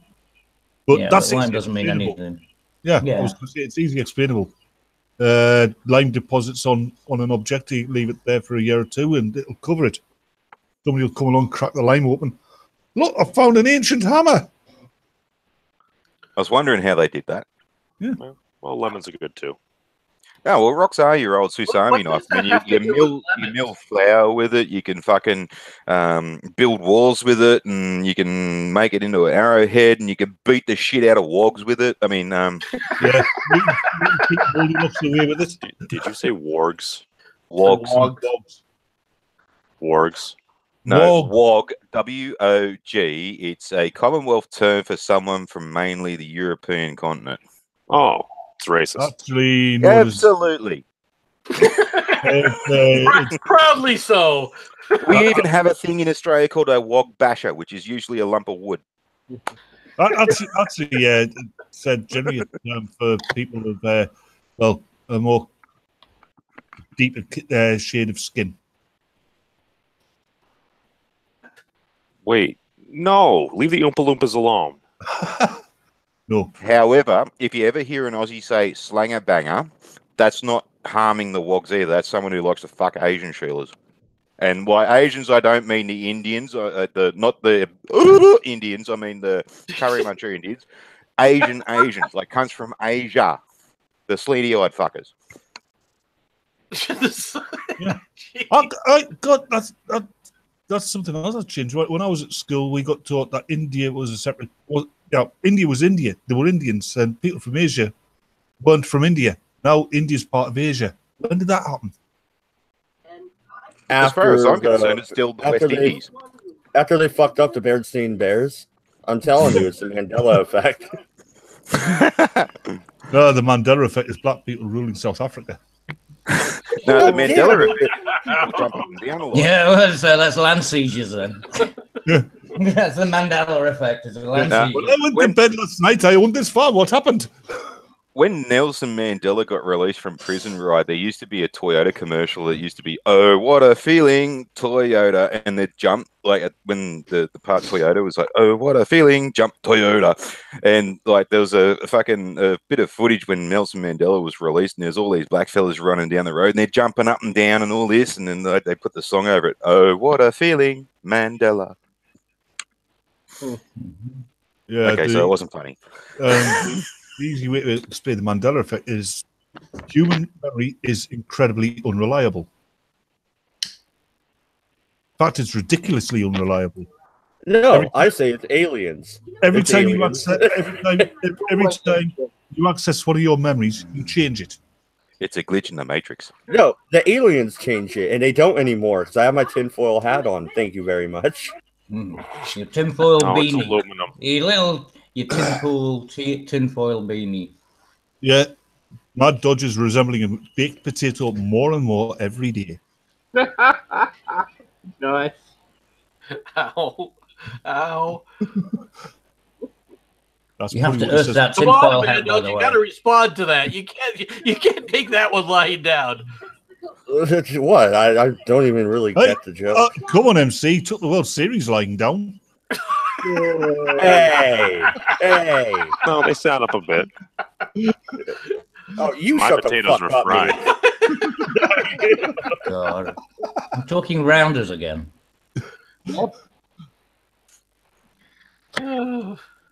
It's not Rounders. I've seen Rounders. It's not the same game. It's rounders. Rounders. It came from rounders. Yeah, you've got these bases on a pyramid. You hit a ball with a stick. You run round the bases to get home. It's the same game. You just monetized it. Yeah. Next, you're going to put loot boxes in it. Only the English version, they're not so clumsy, so they don't use those ridiculously oversized gloves. I just think it'd be funny that, like halfway between bases, a loot box suddenly appears and they have to grab it on the way to the next base. Don't even joke about that, Cat. Like, Yeah. American football is the modern version anyway is designed entirely around advertisements. That's why it pauses every 5 fucking minutes. No one knows that. Well, that's why the Super Bowl. I mean, that's the most expensive advertising that you can possibly have. It's like what is it, $1 million a fucking second or something just to advertise Nike. Stupid. Yeah, then they get some woman who can't sing to get to do the national anthem. Yeah, why do they always do that lately? They always get the worst fucking person in the world to do the national anthem. And the thing is, if it's so acceptable to disrespect the national anthem by not showing, this fucking knee thing and all the rest, then why even bother with the national anthem to begin with, unless it's meant to be respected? That's something I find funny, is taking a knee in protest. Taking a knee is not in protest. When you kneel down like that, that's a sign of submission. Yep. Do these idiots... Oh, no. Don't forget, they take a knee, but then they put the hand up, right? Sort of like in rebellion. It would look more like they go on one knee, but they have their fist up in the air, right? And that's the way they usually do, isn't it? Yeah, so they just look even stupider. Yeah, it would look more like rebellion if they just sat down. Well, they had those people who didn't even come out, didn't they? They just stayed in the locker room until afterwards and then came out. I mean, it's just so disrespectful. I mean, and if you're happy to have that disrespect, then why even bother having anyone sing it in the first place? Yeah, that's the reason that you get these people out, right? These different singers to come out and sing it specially for you. And then it's like, oh, well, apparently it's irrelevant anyway, right? Apparently. Fuck them. I swear to God, I'm so sick of these pricks. Well, the ratings for the NFL has been down again this year, I believe. Or am I wrong on that, MC? No. The ratings for the NFL are horrible this year. They're so bad right now. It's like 15% or 10 or 15% from last year, and they were down last year. Which as far as I'm concerned, more power to them. This is exactly the response that you're going to get. All right, when you did both on both sides. All right, meaning the NFL should have put a stop to it immediately. They should have realized it was going to affect their bottom line. The fact that they didn't try to rein in, all right, has caused them now to lose tons of audience, which meant tons of freaking TV revenue, which everyone wanted that TV revenue cash. That's where all of it came from. They also doubled down. You know, they didn't just not act upon it like you say they should have done. You know, you should have put their foot down and said, no, this is unacceptable behavior. They should have. They doubled down and sort of, you know, tried to promote it as a sort of, because they wanted to virtue signal and everything. So they were actually actively almost promoting the thing. If I were in charge of the NFL, if I was in charge of the NFL, every player that took the knee would get a season ban. And I wouldn't, I honestly wouldn't care if it meant the entire teams were missing from the lineup.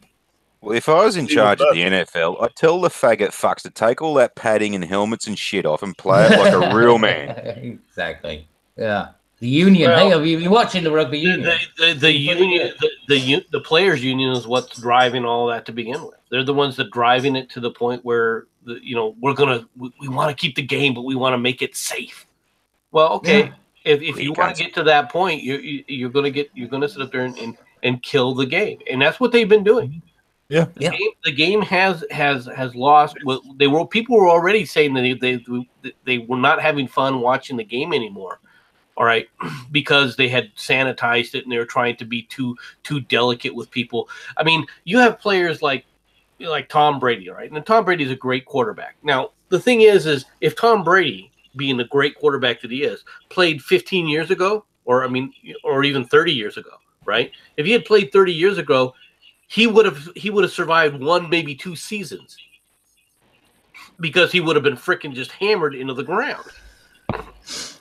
You know. Yeah, but we got I was watching a rugby game the other day. Now there are rules, right? I mean, obviously you've got to have rules to prevent, excessive injuries if you can avoid it, like head trauma and things. So, like, you don't allow people to tackle around the neck, because obviously that can cause some major problems. But I mean, even though you have these rules, I was watching a game the other day. I think it was Ireland versus Wales, or Ireland versus could have been Australia actually. One of the guys, he literally he got body slammed, picked up in the air and literally just down. You know what I mean? So rules are all well and good, but at the end of the day, people are going to get injured because it's a full fucking contact sport. Right, and that's what they're trying to avoid. They're trying to come back and make some kind of sanitized version to say, well, we can play the game and it'll be just as enjoyable if you don't have the risk of getting hurt, and even if the risk is somewhat mitigated. And I hate to tell you this, but as a boy, as a man, as a male, if you take away that risk, it isn't going to make me a better person. It isn't going to sit up there and give me an outlet. What it's going to do is lead to me probably being more violent. All right, because I have no literal outlet for my physical tendencies. MC, can I put a thought past you? They're clearly attacking them American football now, right? Mm-hmm. Could it be that American football, more than any other sport in the United States, embodies American culture and spirit? Very much so. To a large extent now, yes. And before you come back and tell me about the American freaking, pastime, all right, being baseball, that's when baseball used to be played, where people would slide in and take people out.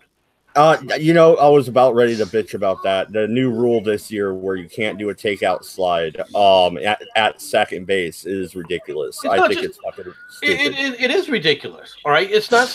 I'm all for trying to take out a knee, because you shouldn't be aiming for people's knees. And yeah, that did happen from time to time. There were vicious people that would go out to try and permanently remove you from the game. Well, you know why they made that rule, right?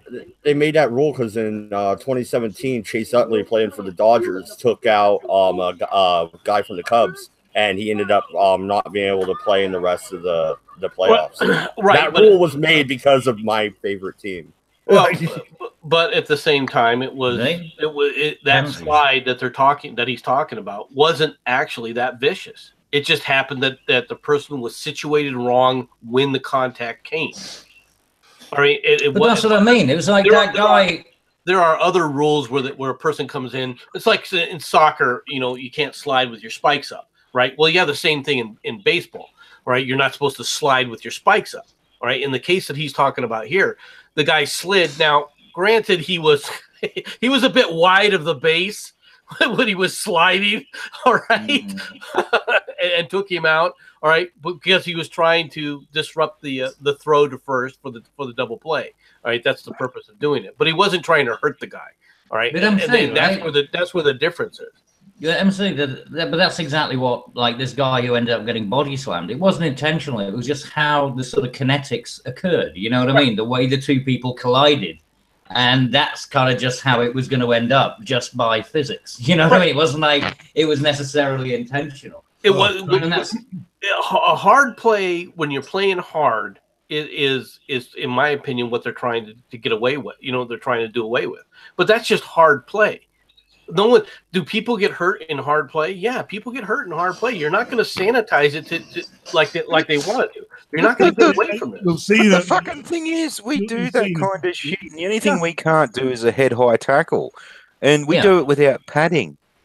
Well, what's this fucking no hard play? You may as well play tip fucking football where you just go up and go, I touched you. It's not something that the vast majority of people are up in arms about. It's the sports writers and these leftists that are driving this. Yeah, leftists. Yeah, but I got two things. I got two things to say about football. One, don't you think the concussion rate is going up because of the way they're designing the helmets and how your head rattles in it? Almost like there's more concussions in modern day boxing than there ever was in bare knuckle boxing. Yeah, because we of the rarely have and the concussions into your head. Yeah, but but with bare knuckle boxing, people didn't punch to the face because you break your fist. They used to generally fight on the body blows. Because if you were going to, you don't want to disable yourself. Yeah, you didn't. It's hard because you're going to hurt your hand anyway. But these people who are complaining about all the violence in sports are the people who don't watch them. They're not interested in it. I mean, when you get there are two groups. Hold on. When you get a decent rugby game, I've seen games, professional games, where one player's tackle another. The guy's gone flying over this guy's shoulders, and the refs just play on. Yeah. No, and that's how generally, in my opinion, it should be. When football first began, all right, the only thing that they had was this little soft freaking leather thing that went around their head because they were worried about cauliflower ear, not because they were worried about concussions or anything else. Yeah. All right, it was just a matter of protecting their ears from the cauliflower ear. Other than that, that's what football used to be like. It used to be just tackling one another. And, yeah, you would get hit. And, yeah, when you play tackle football, with your mates and you're playing around in a yard game or a pickup game like we used to do, we had one guy, he got an injury to the head, all right, because how he came down, we actually broke the occipital bone around his face, and he had to go in and get that taken care of. It's like little things like kiddie scooters and skateboards and even push bikes. We used to about on them. We didn't have any safety gear. Well, no, even simpler than that. I mean, now kids aren't allowed to climb trees and things, which we would have all taken for granted. But I remember one game. I'm just saying about the rugby here. There was one game in the World Cup, the last World Cup, which is a couple of years ago now. And it's fucking hilarious. I'm not kidding you. There were, like you said about play on. There were people being treated on the field, and the players were having to dodge different. It looked like the song. You know what I mean? It's just bodies all over the place. Yeah, what I was getting at though was when we were kids. Funny as fuck. Cabbage, bumps, bruises, even. Yeah, mate. Cabbage and Batman, I'm sorry to say you two need to shut the fuck up about this OH&S bullshit. Coming from the nanny state and from a place where a school band jaffles because they've got pointy corners. Hey, look, but that's not us. You know that. Don't try and put us into that same fucking basket, man. That's not the England we grew up in, though. No, that's got all to do with me. It's not. Okay, well, how about you and your bloody feminist? and all your bullshit that's going on over there, and if you want me to smear you with that. Well, yeah, okay. I mean, You're in the US. hold on a minute. Your crossings now in Australia, they have a green man, they have a green woman, and they have a green fucking intersectional person. So you know. No. That's Melbourne. That's the homosexual. Doesn't matter. Hey, look, you've they're done about it, to right? be So I overrun mean, by Africans. So fuck them. You get smeared too. No, they're about to be overrun by Africans. They made their bed. They can line the wet spot. At least we're getting overrun by men and not fucking soy boys. Okay. Anyway, I had a second point about the NFL. MC, could you see Joe Montana, even Steve Young or Jerry Rice playing in the modern day NFL? Like, I know they don't really do interviews and go like these rule changes are fucking stupid. They kind of stay out of it, but don't they? You probably think, you know, they if the NFL was like it is now, right? When they were playing, all right, the Steve Young would still be playing probably, all right. Joe Montana would be too old, but Jerry Rice probably would still be playing because he would never be touched. All right. I thought they all turned into Sheilas now. All right. I mean, it's the problem has been is this leftist attitude from the media. All right, and it is the sports media. All right, who once again they themselves are not talented enough to make it onto the big stage. Yeah, right. That's another thing. Once over your sports. Let him finish. I'm just adding on here. You don't let people. Let him fucking finish. So calling the pot black. But it is a bit of that, but it is not as often. Fuck me, Jesus, Batman. Actually, more than me. Way to prove your point. No, you gotta be kidding me.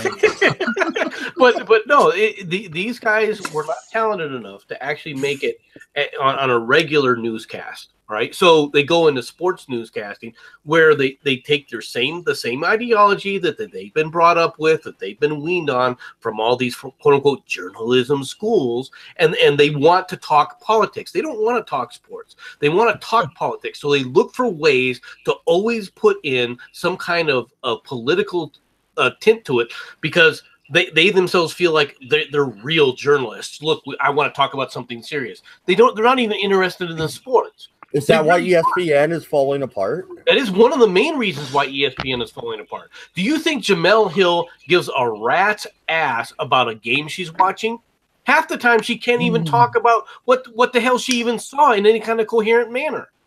No, she's busy freaking wanting to talk about what it means to the black athlete every other friggin' show. Oh, wow. I haven't watched ESPN in a while.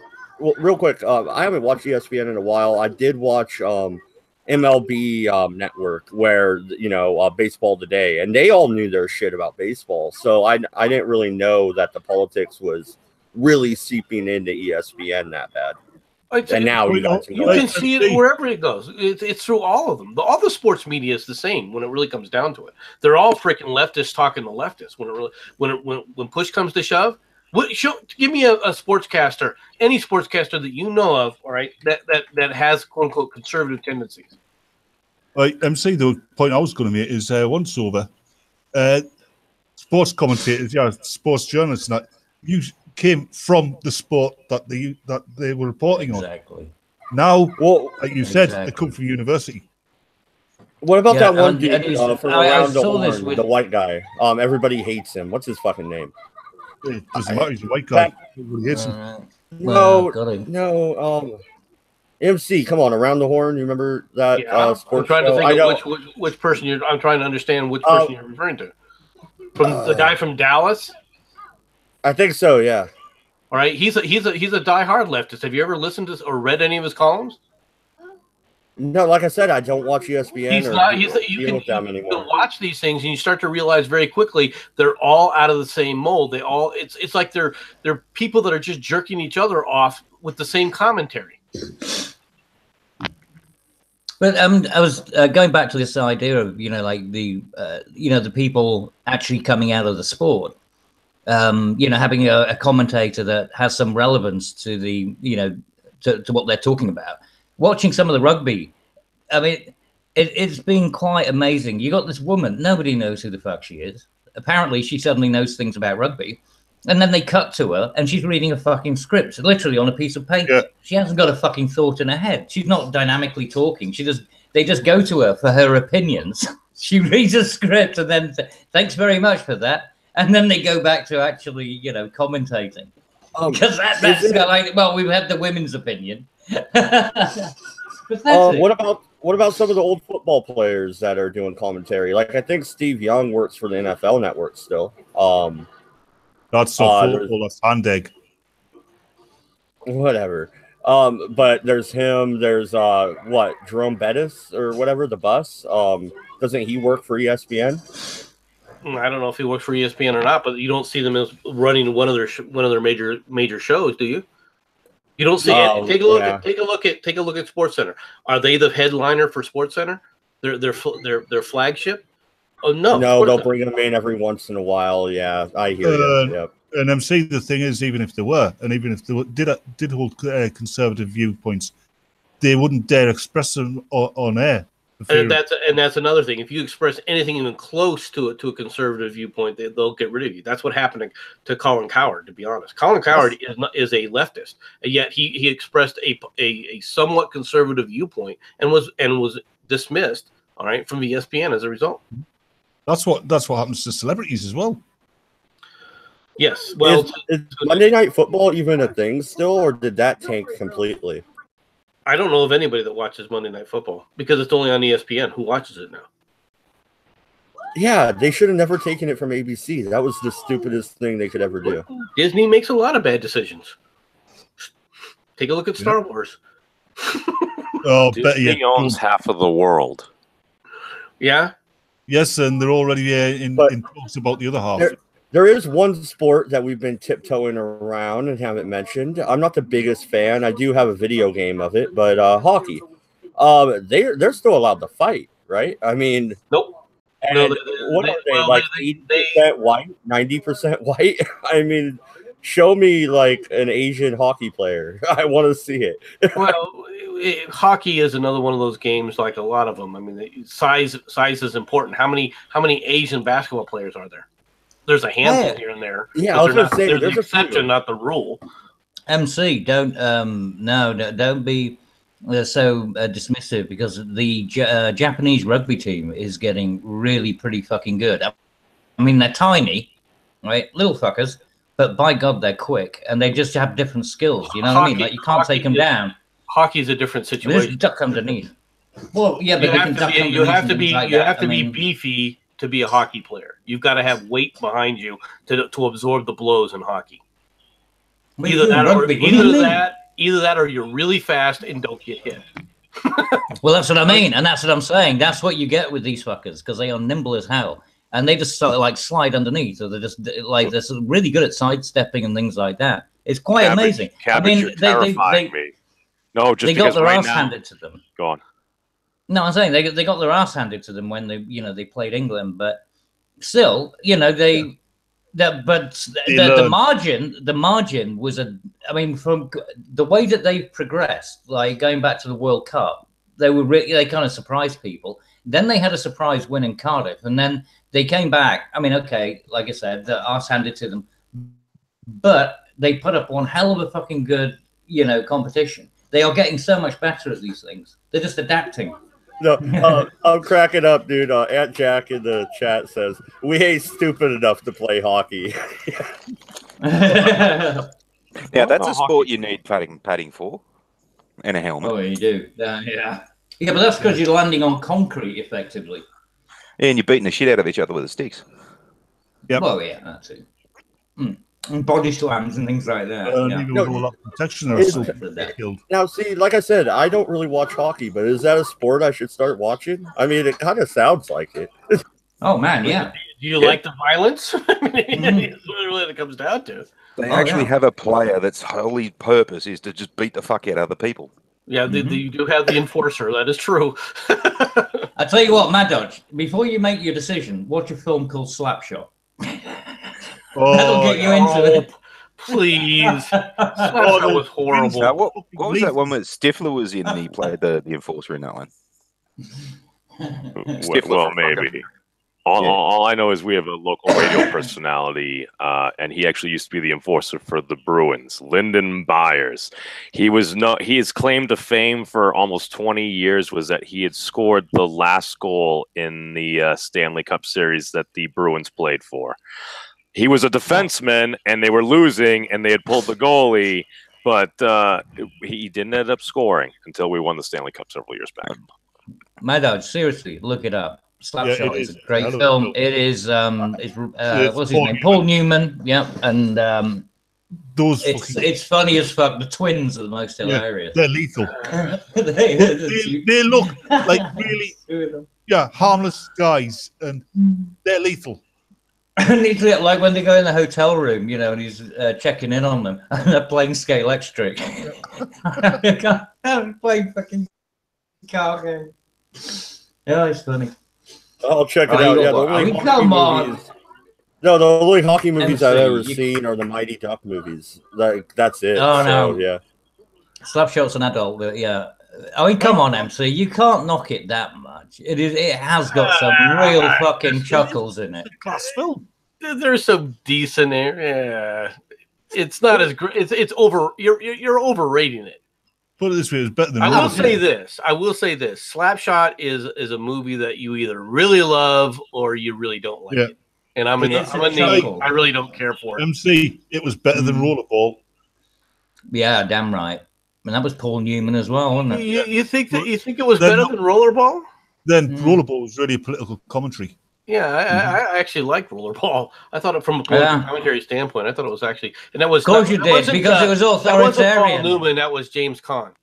Yeah. Okay. Yeah, you liked it because it was all about authoritarianism. Talking about national sides that do better each time they play.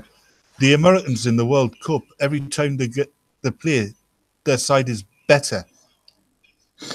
Mm-hmm. I can see them winning. Of course. There's something. No reason why they couldn't. I mean, it's just a matter of experience, right? I mean, like I said, the Japanese are coming on in leaps and bounds. They surprised the shit out of us, especially in Cardiff. Yep. They actually won one. Yeah, Dodge, watch the movie Goon. It's got Sean Williams, got the Stifler from fucking American Pie, and he plays the enforcer, and he was a real badass too. Like he put cunts in hospital. I can believe it. You there, Dodge? Yeah, no, I'll check it out. I'm still here. No, I'll check them out. Yeah, I mean, hockey really sounds like a pretty interesting sport. Because they're fucking up NASCAR. I used to be a big NASCAR fan, but they're fucking that sport up. So yeah. Seriously, mate, get into rugby union. You'll enjoy that. Australian rules football. Yeah, Now that is insanity on a stick. You want insanity? Gaelic football. Yeah. Fun fact. Australian. Fun fact: the word goon in Australia is what the abos call a cask of wine or a bag of wine. Want to go for a goon, mate? You want to go get some goon? Yeah. Flagging a woman, mate. It'll make you into a goon. Yeah. Makes sense. Get a goon bag, Isn't lacrosse a pretty rough sport too? They whack each other with those fucking poles and shit. Make it out to be. It's the speed of the ball when it gets launched, and if that thing hits you, now that's going at some speed. I mean, that will literally give you brain damage. Yeah, cricket. We had an actual prime minister who almost had his fucking teeth knocked out because of the cricket ball. Oh yeah, cricket's. I mean, people forget just that run up. That is a hard fucking ball. Well, now let's put it this way. Cricket is a sport that's played in Australia where we do wear padding and a helmet. Yeah, that's right. And you need it. The speed of those balls, when they get launched, I mean, the bowler is basically a mobile trebuchet. Just running out. Whoa. I mean, the speed of bowling compared to, say, like the pitchers. I mean, the pitching in your rounders, what is that? Around 90 odd miles an hour or something? No, there was one point there the British were actually aiming the ball for our heads at one point because that was the win. I want to answer Cabby. Okay, so some of the closers can pitch 101 miles per hour, 102, 103. A lot of the starters are usually from 98 to about 92, 93 top. Yeah, so it's around 90. So it was pretty close, right? I think the ball if you look at the launch speed of a ball from a bowler in cricket, it's around about, what is it, 140, 150? About that, yeah. In cricket. The ball, well, that fucker's coming at you fast. Well. the ball is different as well. I think it's a harder and heavier ball than using baseball. I mean, yeah, it's a sphere. Isn't your ball though solid rubber? No, it's a sphere of cork. No, it's in really tough leather. Cork. Yeah, it's fucking solid. It's like pegging a solid piece of granite to somebody. Another fun fact is that fucking cricket actually helped the British win World War II with their reconnaissance photos and all that kind of stuff, because they used to use a cricket pitch, the actual sort of straight pit where between the two wickets. Yep. They actually used to use that as a measuring scale to determine how, like, the scale of reconnaissance photos. Have you ever seen fast pitch softball? Those chicks can launch that fucking softball pretty fucking fast. You've seen males, and it's a softball. Will you ever see a male throw those things? They're coming 120, 130 miles an hour. No shit. There are male fastball players, and there's one guy who goes, he tours around just to himself and his friend who's the catcher, and he says, if you can, it'll just be the two of us. I'm going to get your entire team, and it's just him and this other guy, and they don't lose. And the reason they don't lose is no one can hit him. No one can hit the ball. Well, there's a rule in cricket where it's called LBW, or leg before wicket, and that's where the bowler actually aims for the batsman's legs, so as he can actually score a wicket. Oh god, even through your cricket footing pads, they're good protection, but if you get hit by a decent bowler, you're going to end up with one mother of bruise. Oh yeah, it's still gonna hurt. I mean, the shot goes through the pad, but I mean, it's not there to stop. Yeah, if you ever check out cricket pads too. I mean, but you can wear a helmet, right? You got the helmet. You get to hit in the fucking head. It's still gonna give you a ringing sensation. Yeah, but cricket pads aren't really soft as you'd think. Like, they're not there to cushion the blow. They're just a solid mass, like a bulletproof vest or a fucking the ceramic plate is just designed so as it'll fucking not smash your legs. Yeah, it's not solid. It's just to dissipate are you talking about the catcher, pretty much? Because that's the only person. No. That's the guy who they're aiming the ball at. That's the guy who's supposed to hit it with his bat. But the wicket keeper also has that, and face. Wait, the batter wears fucking pads. Yeah, like I said, you have to see how the ball's coming. With pads on it. Yeah. You've got to watch it to understand why. On average, the only person cricket ball by a professional cricket player is another professional cricket player, because it moves so fast. Your reaction has got to be like that. And then too, right, the catchers out in the fields, they don't wear those faggy giant gloves like you do in baseball too. They catch these things with their hands, and sometimes it's like a direct shot too. Like, you'll see these guys, like the batsman will fucking whack it, and it'll be going like 200 fucking kilometers an hour, and the catcher will go out and catch the fucking thing with his bare hands. And half the time, well, good for you. Good for you. Well, also, I mean, look at, like, if you're playing silly mid on or silly mid on or silly mid off, and that ball comes at you, you have a nanosecond to fucking react. Yeah, it's coming at you like a 45 caliber round. It's moving that fast. Basically, you have to react as soon as you see the ball. No, I'm still wondering how baseball is a girls' game when your fucking batters have pads on. Well, because you haven't watched it. Your catches are 200 meters away from the fucking batsman. That's why our catches are like sometimes right next to him.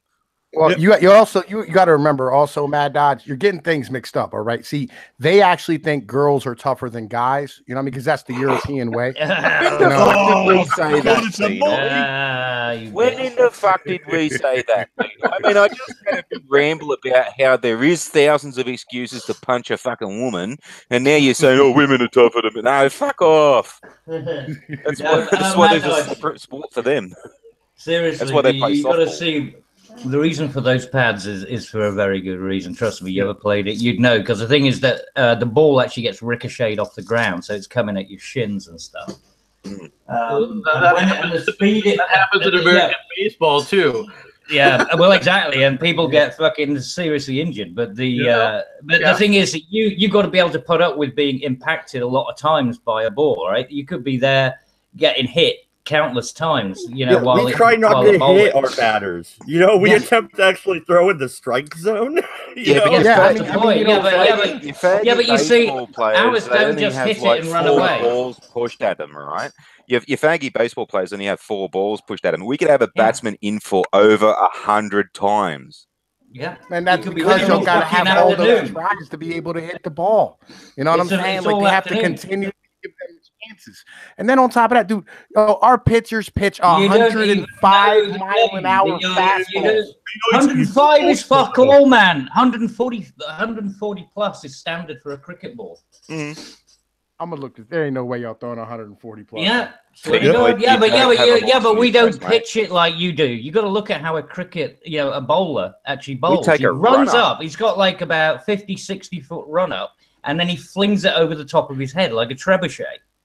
Right? That ball is coming at you. I'm gonna have to be specific about this, right? Yeah, because it brought up the cricket wireless phone because nobody actually believes that cricket's a sport. Yeah, well, you know. Yeah, but that's because American ignorance knows no bounds, doesn't it? And the other thing, American ignorance knows no bounds. You have to be able to hit the ball if you're going to stay in any length of time, because if you don't hit the ball, it's going to hit the wickets. You're going to be out. Yeah, so you've got to hit the fucker. But I mean, then you run, but you run backwards and forwards. So you know you might run backwards and forwards while the fielders are going to collect the ball, right? Wait, you run backwards. I have the numbers. Yep. We run down the pitch to one end, we run up the pitch to the other end, and if you're the poor silly fuck that hit the ball and you make 2 runs, which is from one end back to where you started, then you've got to go for another round. There's none of these fucking 4 balls and then you can walk off or go for a walk around the bloody pitch. Or you could end up with last man in. You're there until the wickets get hit or you get caught out. Yeah, I'm so confused. Are you guys doing the 50-yard dash back and forth? You get injured. Yeah, everything's like soccer. Everything's like soccer. You know what I'm saying? It is Europe. Look, hey, listen. Look, I got the numbers. I have the numbers for the fastest recorded cricket delivery was 100 miles an hour. Bullshit. Yeah.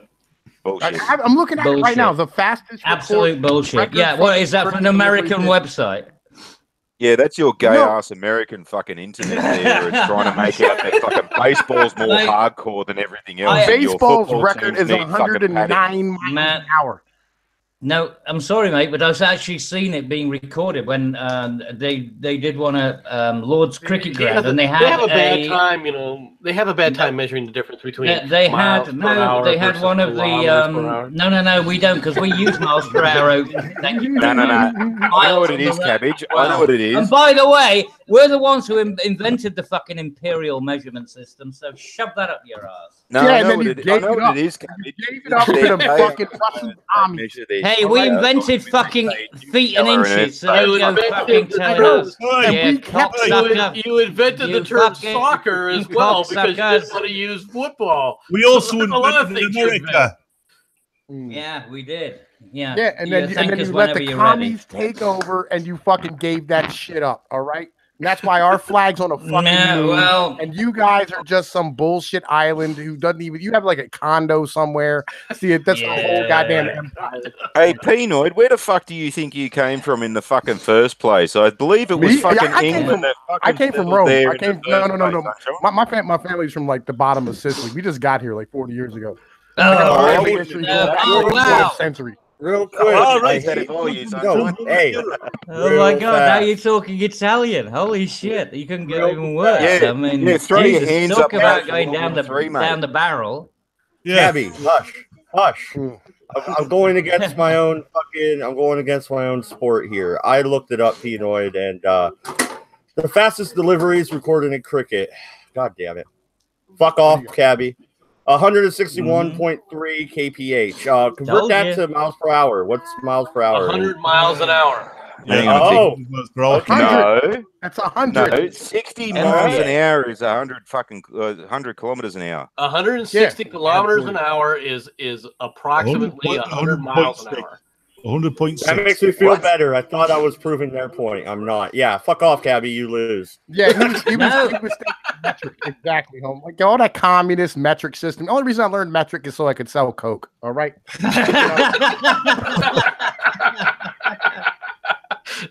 That's a good riposte, actually. The thing is, though, being proud about being Italian. I mean, they lost the Roman Empire and they still haven't fucking recovered. Hey, yeah, Penoid, just throw your fucking hands up and wait for World War III, mate. We'll come and get you when it's done. Hey, I'm an American now. All right? I'm an American first. Well, don't admit to being Italian then. The Italian. Yeah. No, you talk the about Italians. I said originally my family's from Calabria. All right, I am not from fucking Britain. I'm not British. I'm not English. I'm not Celtic. My people didn't paint themselves blue and run around ass naked until the fucking 1400s. All right. Yeah, that's right. They just sat around having fucking siestas, didn't they, and bankrupting their own economy. Because we conquered the world. All right. I want to go back to Cricket real quick. I want to shove real quick. I want to shove this in your guys' face a little bit more. You said you guys run and launch the fucking ball, and you barely hit 100 miles per hour. Come on. Baseball's they're European. They don't have a bunch of Cubans helping them fucking get them numbers up. Their ball is larger and it is harder. I will admit that. I thought it was actually just rubber though. No, it's made out of compressed cork. It's like in a leather, coating, a leather wrapper. Yeah, it's more like a leather fucking case. I remember back when I did play baseball when I was a kid, I went to the batting cages and I turned the fucking pitching machine all the way up to like 100. I couldn't fucking hit that shit. Not a chance in hell. You get a hold of I hit it one time at 100 miles an hour. Yo, my hand stung for like the next 2 weeks.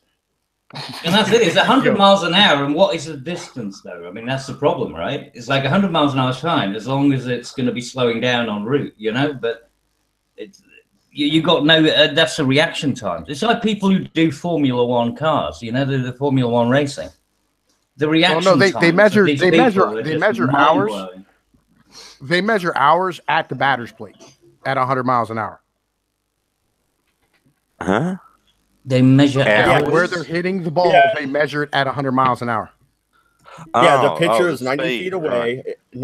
Pitcher is 90 feet away. Throws 101 mile per hour fastball. They're measuring it with a speed gun at the point of either the catcher catching it or the point of impact of the bat. Yeah, exactly. I'm talking about launch speed. You see, that's the difference. You see, you got to remember.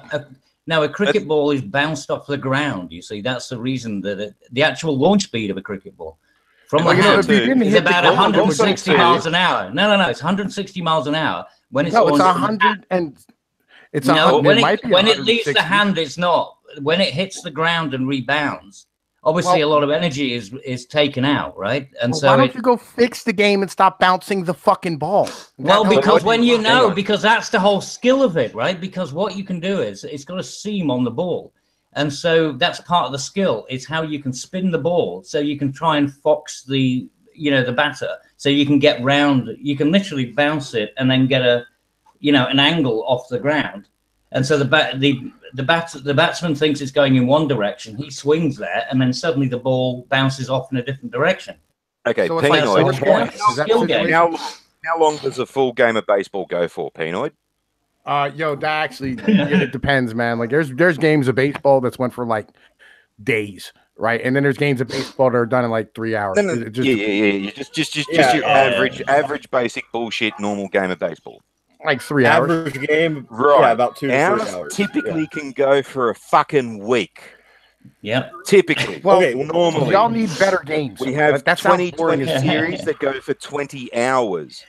You got the 1 day test though, mate. There is the 1 day test match. That's still a full day. Here's the thing, when it comes to baseball, you could end up, if it's a tie, there's no tie in baseball. You keep going, extra innings, on and on and on and on. Eventually, you run out of pitchers. Now, what are you going to fucking do? Now you have to put position players out there on the mound. I've seen this happen. I Yeah, mean, whole the team. shit gets crazy. Yeah. All right. Okay. Now, do you play baseball in the West Indies? We play it in. We do in cricket. So go fuck yourselves. Do that in fucking stupid fucking hot conditions. Do they play cricket in Japan? Yes. Yeah, they do actually. Yeah. Japan has it. Yeah. Japan They has a even cricket play team. baseball in fucking Japan too. Do they play cricket They in South play America? in India. They play, and yes, they do Yes, actually. Yep, Yep. they do have cricket teams down there. There's only two places that play baseball. That's the United States and Japan. Yeah.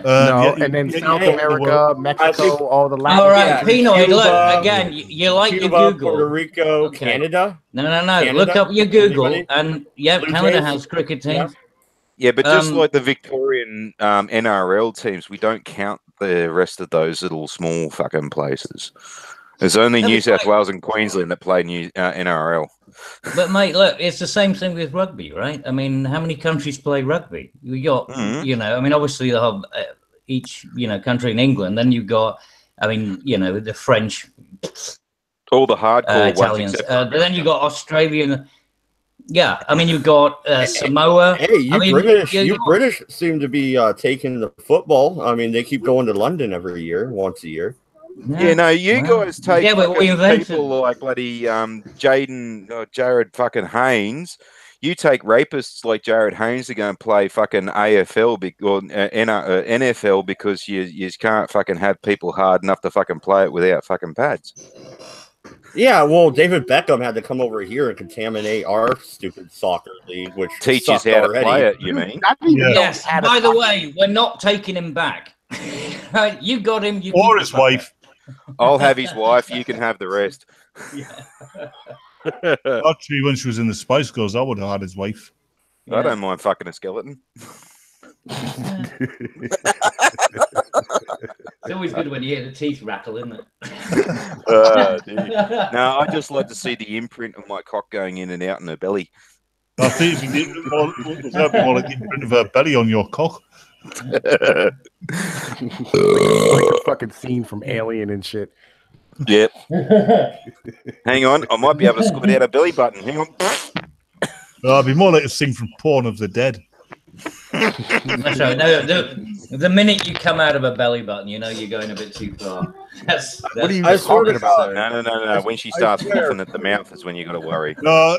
I swear that burp was so horrible. I smell it from Australia. Knock it off. Just stop. Hey, I'm better than you. Sorry, Beckham is you're lying there with a hard on, and she stands in between. Yeah, in between your eyes and the hard on. You can't see for the hard on. She's so thin. Yeah, I know. Oh, see, Dolly Parton's the same thing too. The only reason why I can tell that Dolly Parton's standing behind my hard on is if her tits are hanging around the other side of it. Yep. That one went over my head. I'll be honest with you. That one went over my head a little Dolly bit. Parton's tits. Well, grow up then. So Pinoid, you joined after we were Pinoid, it just wasn't funny. What do you think about hockey, man? I don't know. I might be converting to hockey because all the other sports other than baseball seem to suck right now. I've got a better question. Pinoid, do you think? What? No, just do you think? Yes. On I've a regular got a basis. question for you, Pinoid. What up? I got a question. Do you think that Jesus is not a motherfucking peach voice parrot? No, I say Jesus Christ, not a bitch made nigga, right? Because that's my church and that's what I do, and we handle our business over there. But I wanted to come over and invite Cabby and Madlib and MC and maybe fucking Batman. We're doing a stream at 10 o'clock. We may be playing some fucking Scribblio and having some motherfucking fun and enjoying ourselves. Oh, cool. You know what I mean? Yeah. If you guys would like to come over. Jack, I got my own. No, always. But the thing is, Pinoid, is it going to be with a hangout? Because the fucking Discord ain't working for me at the moment. Well, so, we can set something up. You know what I mean? Like fucking, we Okay, could probably cool. set something up for you. You know what I mean? You've seen us playing it last time. Yo, it's a fun ass game. We can enjoy ourselves and have some fucking fun. Yeah, and we don't let Australians over on my fucking stream unless it's the goddamn Australian Nazi. You know what I mean? Other than that, we don't like Australians around. Fuck you, Jack. I've got my own show to go to, you piece of non-Nazi piece of fucking. I put you in the gas chamber, you silly piece of shit. He's not actually Australian. He's a Cockney with a speech defect. No, you see, I'm not even Australian because the country doesn't even exist. We're actually a figment of everyone's imagination, and I'm a British government shill only to fuck with your head, and that was just so they can get away with chucking convicts in the ocean. Something like that. Yeah, man. And that's official. Australia's not a real country because they lost the war to emus. And I mean, that's kind of where I get down to. Oh, that is so funny, isn't it? That is fucking hilarious. The emu wars. That was fucking hilarious. Fucking machine guns. Cabbage, why the fuck are you taking their side and calling it emu? Oh, like sorry. A retard. Is there emu. two fucking O's in it, or is there a U? No, it's an emu. Pronounce it fucking. It's I am your own so fucking sorry. language for crying out fucking loud. I know. Perfectly. We're well within your rights. Yeah. Hey, say that. you know, I'll be saying y'all. Yeah. Oh my God! If that really does happen, please bury me. Yeah, alive if necessary. Right, where's me shovel? Oh yeah, buried alive. With a dictionary shoved up your ass. Yeah. Is it the Oxford one or Webster's? First one, then the other. Why we don't want Webster's? Why we don't want an American one? Thank you. So you know the difference. No, okay, comparative studies. Yep. I can relate. And give me a candle so I can sit there in the dark while I slowly rot and reflect on the errors of my ways. What else do you think was shoving up your ass? I have no idea. You're sick individuals. Yes. Probably an emu as well, just to remind me. That's the thing. Australia lost the war to the emus, and I think the emus are running the country now, aren't they? No, they're still stuck out in the back of buggery. We've got dumb fucks running the country now. Oh, I don't know so much. They don't get representation. No, they need representation. Those emus won the war. They get representation. Yes, emus. Yes, don't they get? Don't they get like a donkey and a couple of acres or something? We don't even let the abos run the place at the moment. So what do you think the emus are going to do? The abos fuck the emus. How about you can give the abos to the emus as a slave trade? You know, like I mean. Actually, that'll shut them up. The thing is, solutions. The thing is, Australia's so fucked now. You might as well join the EU. Yeah, it's looking that way. I'm concerned about Australia, man. I'm worried about the drop bears, the fucking emus. Oh, don't worry about the drop bears, mate. They're looking after themselves. We're feeding them all the tourists. The fox bat, the box jellyfish, like the coral snakes, the pit vipers. Y'all niggas, like seriously, everything in your country is trying. If I was y'all, I would declare war on the fucking continent. Well, that's why on the plus side, though, we have had a shit ton of fucking shark attacks lately. So at least the great whites are now breeding because they're getting fed well. Yeah, that's nice.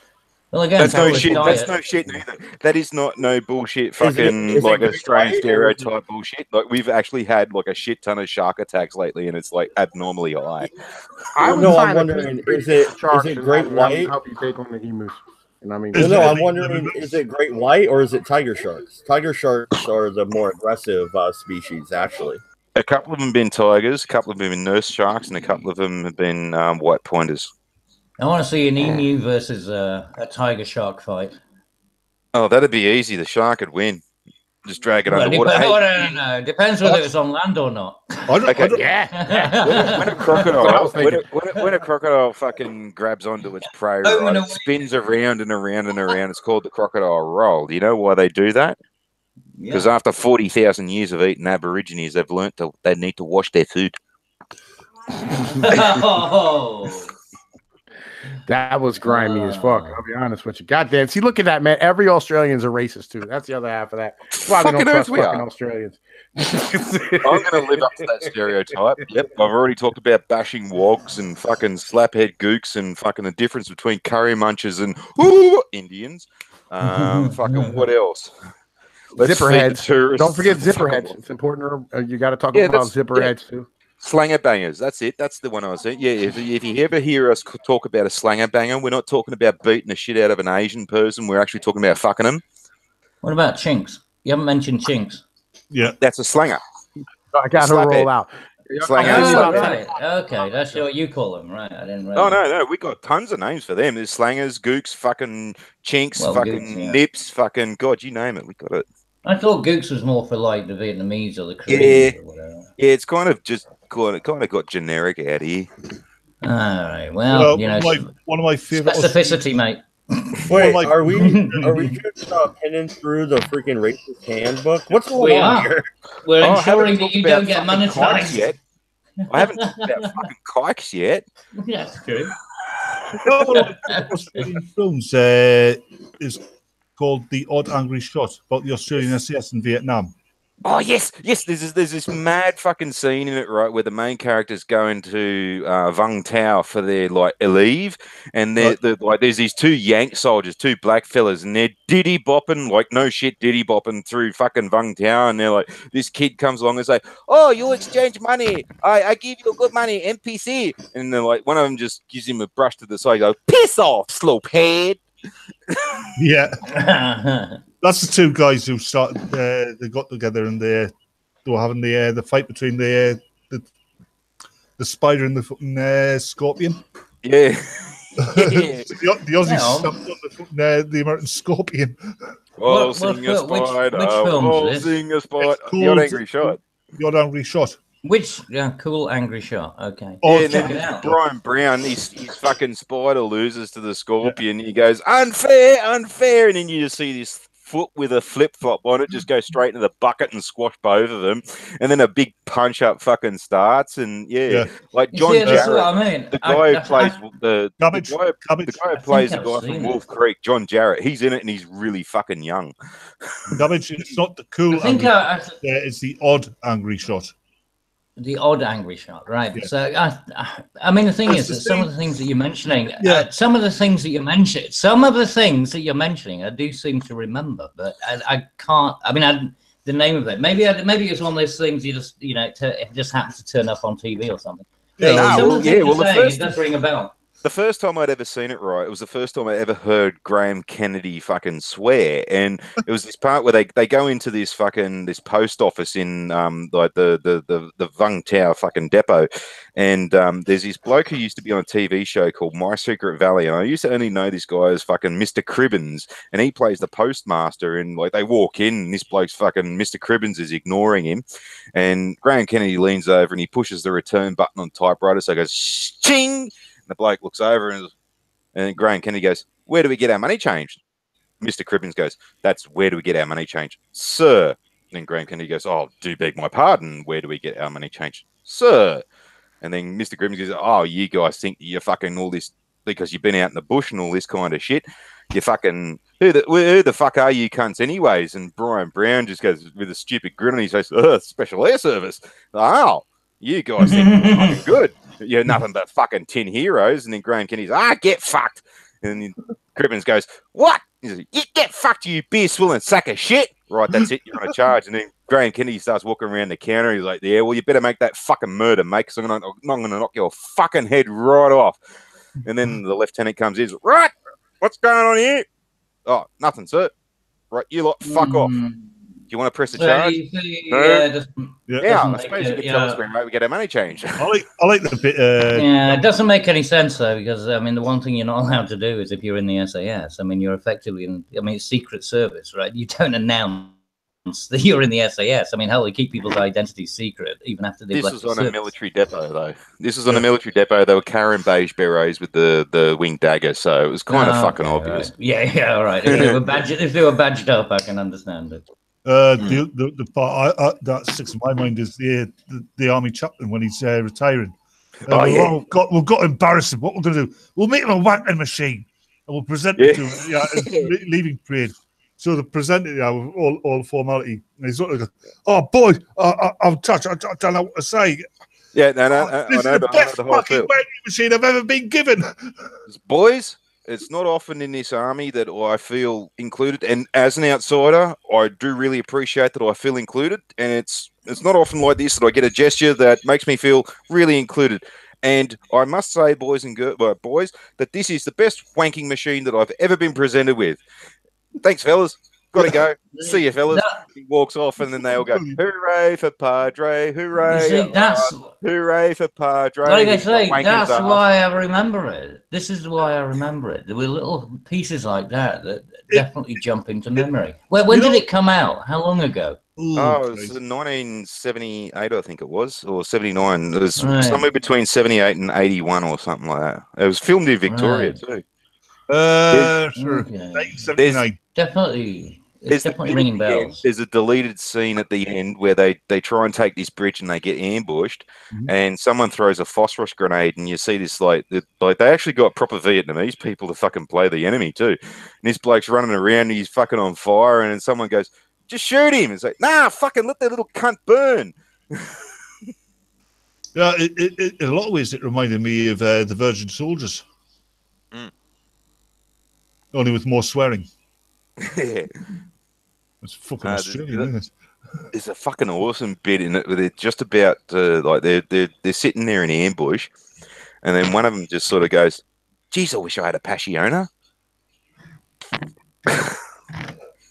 It's a soft drink. Yep. I don't know. That bit just tickled me for some reason.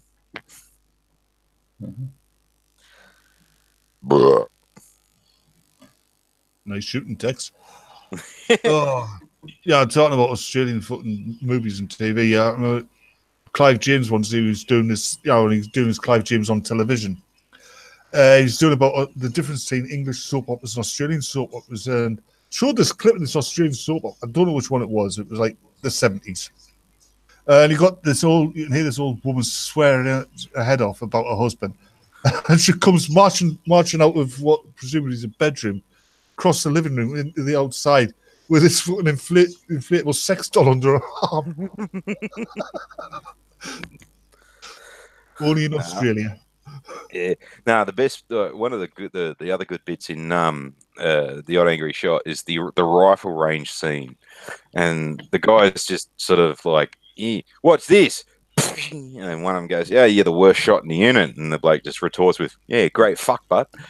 And then they just waste away this fucking rifle range. They start shooting the targets off their spokes. Brian Brown turns around, starts plugging holes in the fucking in his 44-gallon drum, and Alf from Home and Away comes in and is like, "What the fuck's all this shit? What did you do there?" And he's like, "Oh shit, must have been a ricochet, so don't give me that fucking crap. Like, you're on a charge." And then Graham Kennedy's like, "Oh, what charge would that be?" And Alf goes, "Willful destruction of government property." "Oh, that one." Okay, "What's your names?" "Grey, green, brown, yoke over." "Huh?" "Grey, green, brown, yoke over." And then gets to Graham Kennedy and is like, what, "How do you spell that?" O-A-K, yoke over. "All right, you lot, piss off." And they're walking away, and it's like, "Who's Oakover? Is that a real bloke?" And "Yeah." And Brian Brown goes, "Yeah, deputy commander of the task force." "And who says crime doesn't pay?" It's a fucking awesome movie. You guys got to check it out. Yeah, it is. Wake up, Dodge. Well, like I said, no, it does. It rings a bell. No, he said he said be right back. I'm sure I've seen it because there's so many. It was especially the bit with the priest, where it was the wanking machine, because that definitely rings a bell. Now I don't know. Maybe I've seen clips of it, or but I'm sure I've seen the whole thing. I've been banging on it. Sure, I have. I've been banging on about it ever since I've met you guys, and I probably have shown you the YouTube clips of just those things too. Before Dodge gets back, we could always bust the stream up by screen sharing porn. No. Well, you two do that. I knew you were back. I saw you take back. You two do that. I'm going to go take a piss. Well, no. I don't know. Anything else you guys really want to talk about, or should we wrap it up? We've gone almost 3 hours. There's only 4 of us left, so. Yep. All right. Yeah, thank you, everybody, for watching. You're trying to keep it down to 2. Yeah. Thank you, everybody, for watching. It's been the Redeye stream number 218. Tomorrow we'll be doing the Civil War stream, MC and I. And we might have a couple other people join us. So it should be fun. Yeah. Hope you guys check us out then. Good night. Good luck. And stay the fuck out of France.